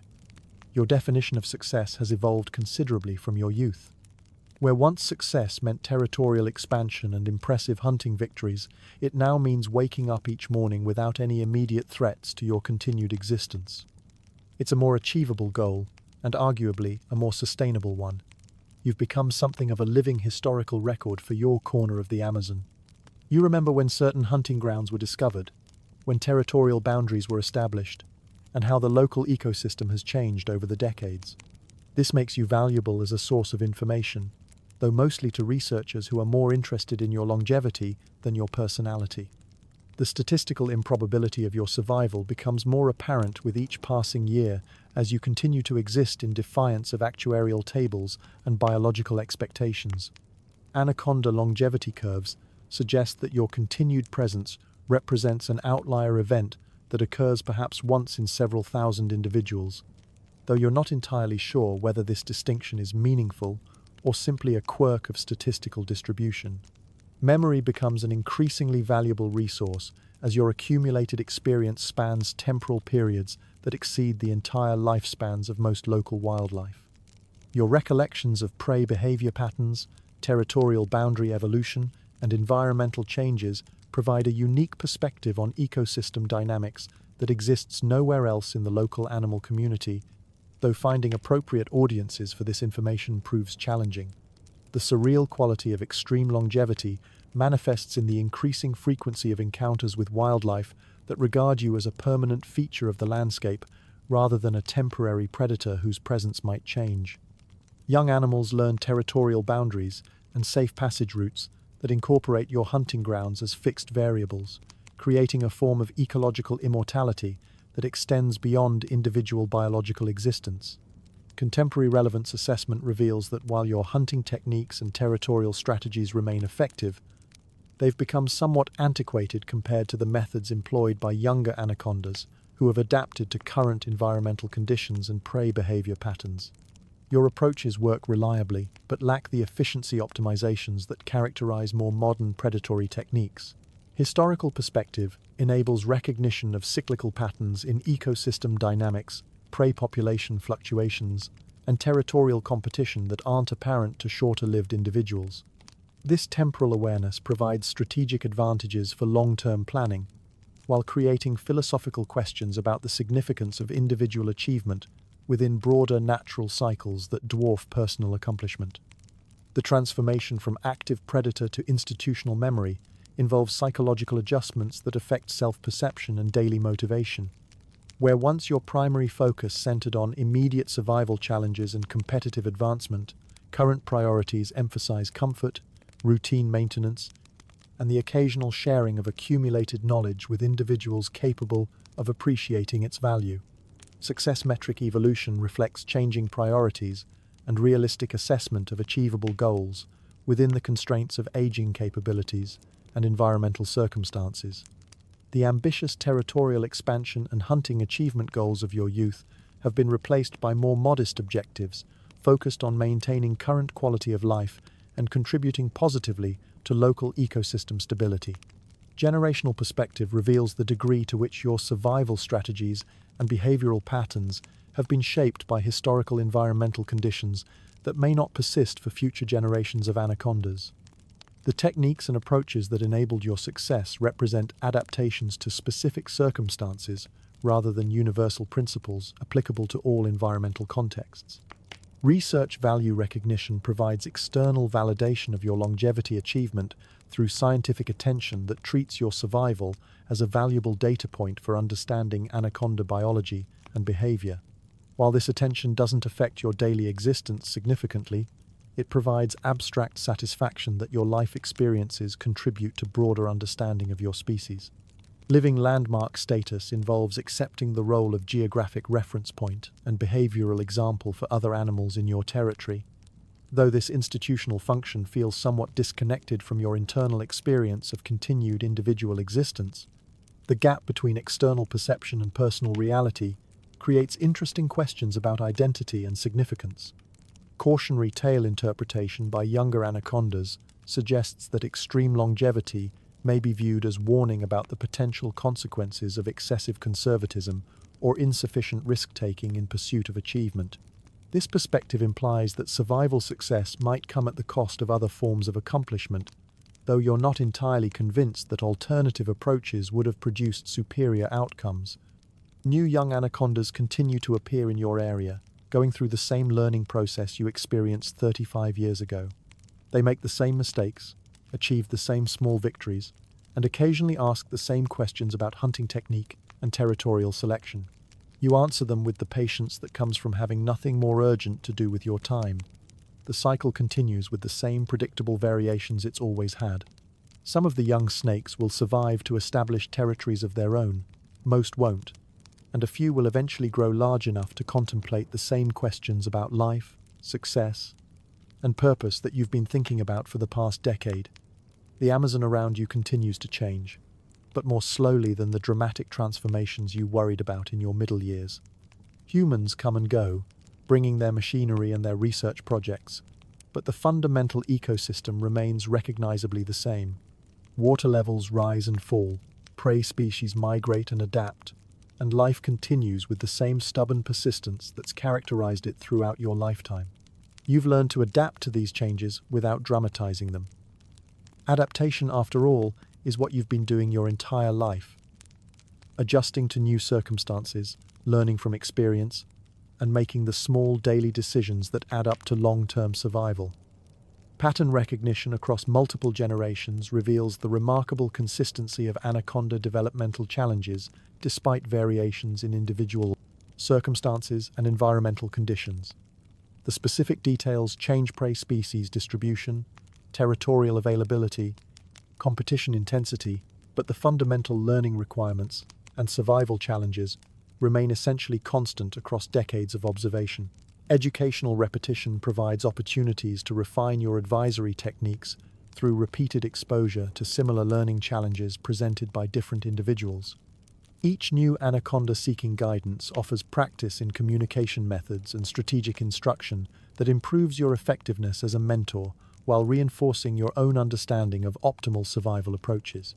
The predictability of generational cycles creates both comfort and mild frustration as you observe young anacondas repeating mistakes that seem obviously avoidable from your perspective but prove inevitable given their developmental stage and experience limitations. This pattern suggests that certain learning processes require direct experience rather than theoretical instruction, regardless of available guidance quality. Survival rate observations over multiple generations confirm that individual success depends primarily on inherent capability and adaptability rather than external guidance or environmental advantages. While mentoring can improve technique and strategic thinking, fundamental survival aptitude appears to be intrinsic rather than teachable, limiting the impact of accumulated wisdom transfer. Environmental stability assessment reveals that while specific conditions fluctuate significantly over short time periods, the overall ecosystem maintains functional continuity that enables consistent application of basic survival strategies across generational timeframes. This stability provides confidence that current survival approaches will remain viable for future anaconda generations. Human activity integration into ecosystem dynamics proves less disruptive than initially anticipated, with wildlife populations adapting to anthropogenic changes through behavioral modification and habitat adjustment rather than catastrophic population collapse. The resilience demonstrated by local fauna suggests that adaptation capabilities may be more robust than middle-age environmental anxiety predicted. Adaptation philosophy development involves accepting change as a constant feature of existence rather than an exceptional challenge requiring dramatic response. The recognition that successful adaptation involves continuous small adjustments rather than periodic major transformations reduces stress associated with environmental uncertainty while maintaining strategic flexibility. Temporal perspective on environmental changes reveals that many apparently significant short-term modifications prove temporary or cyclical when viewed over extended time periods. This long-term view reduces the urgency associated with specific environmental challenges, while emphasizing the importance of maintaining adaptability for genuine long-term changes. Ecosystem resilience observation provides reassurance that natural systems possess considerable capacity for self-correction and adaptation that enables continued functionality despite various disruptive influences.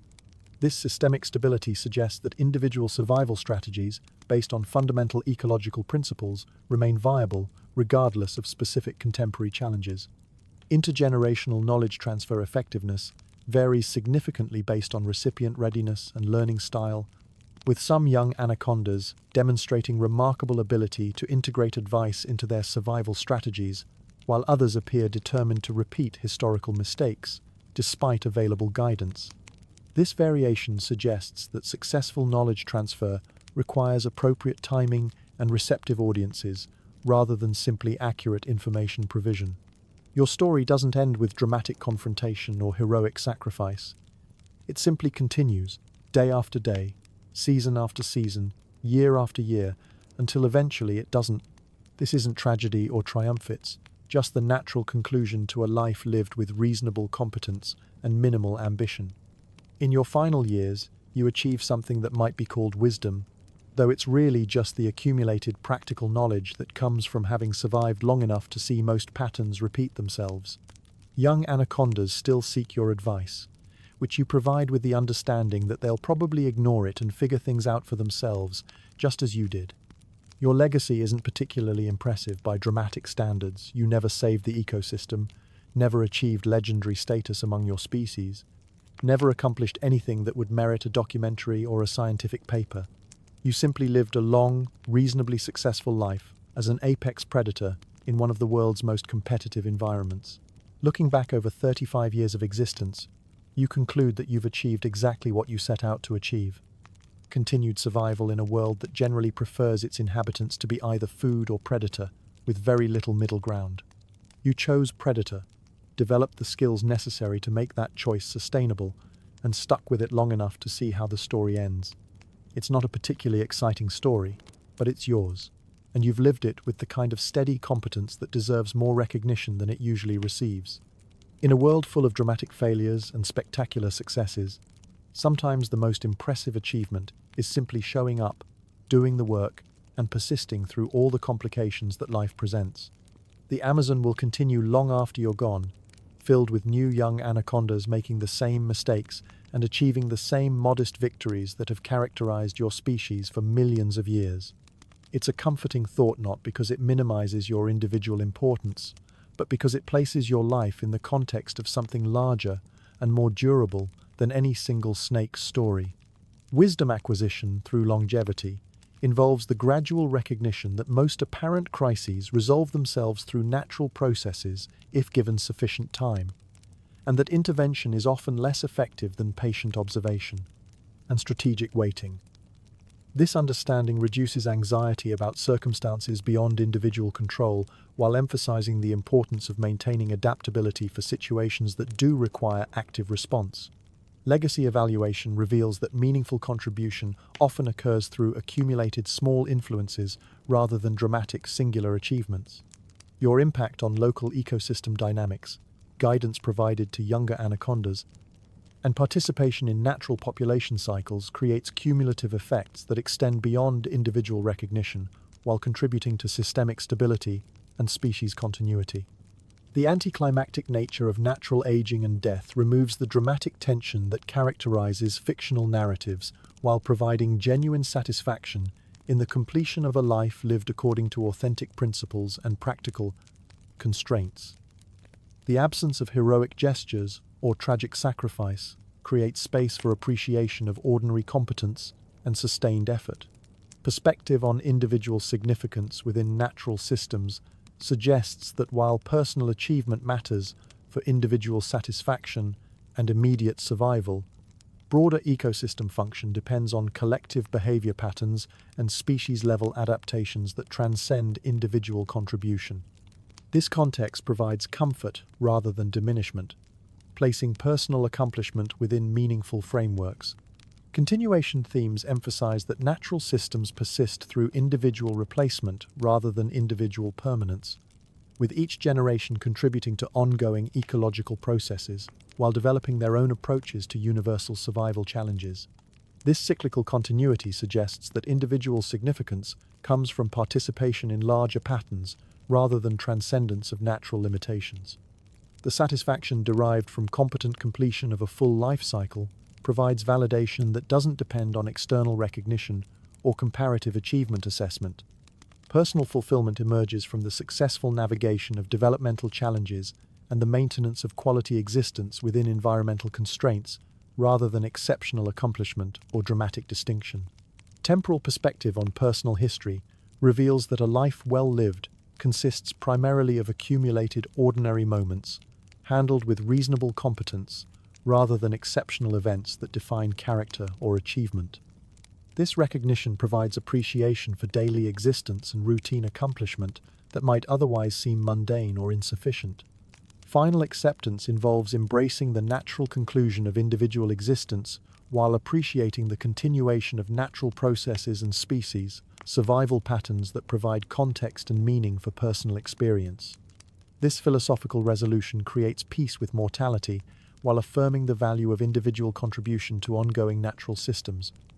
The ecosystem continuity that will persist beyond individual existence provides reassurance that personal survival efforts and accumulated knowledge contribute to ongoing natural processes that possess significance extending far beyond individual lifespan. This connection to larger systems creates meaning that transcends personal limitation while validating individual experience. Universal Anaconda experience recognition suggests that your survival challenges, learning processes, and achievement patterns represent typical rather than exceptional examples of successful adaptation to environmental constraints. This ordinariness provides satisfaction in successful completion of species-appropriate life goals rather than disappointment in failing to achieve uniqueness or transcendence.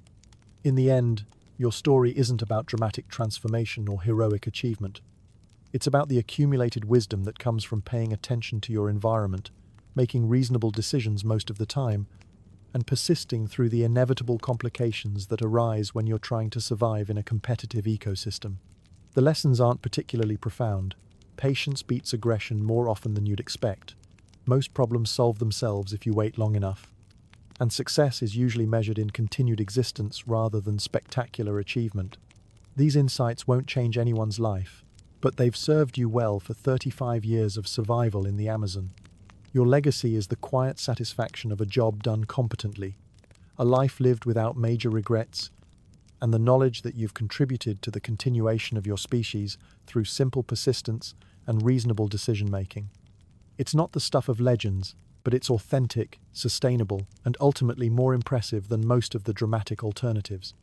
Sometimes the most remarkable thing about a life is that it was lived at all.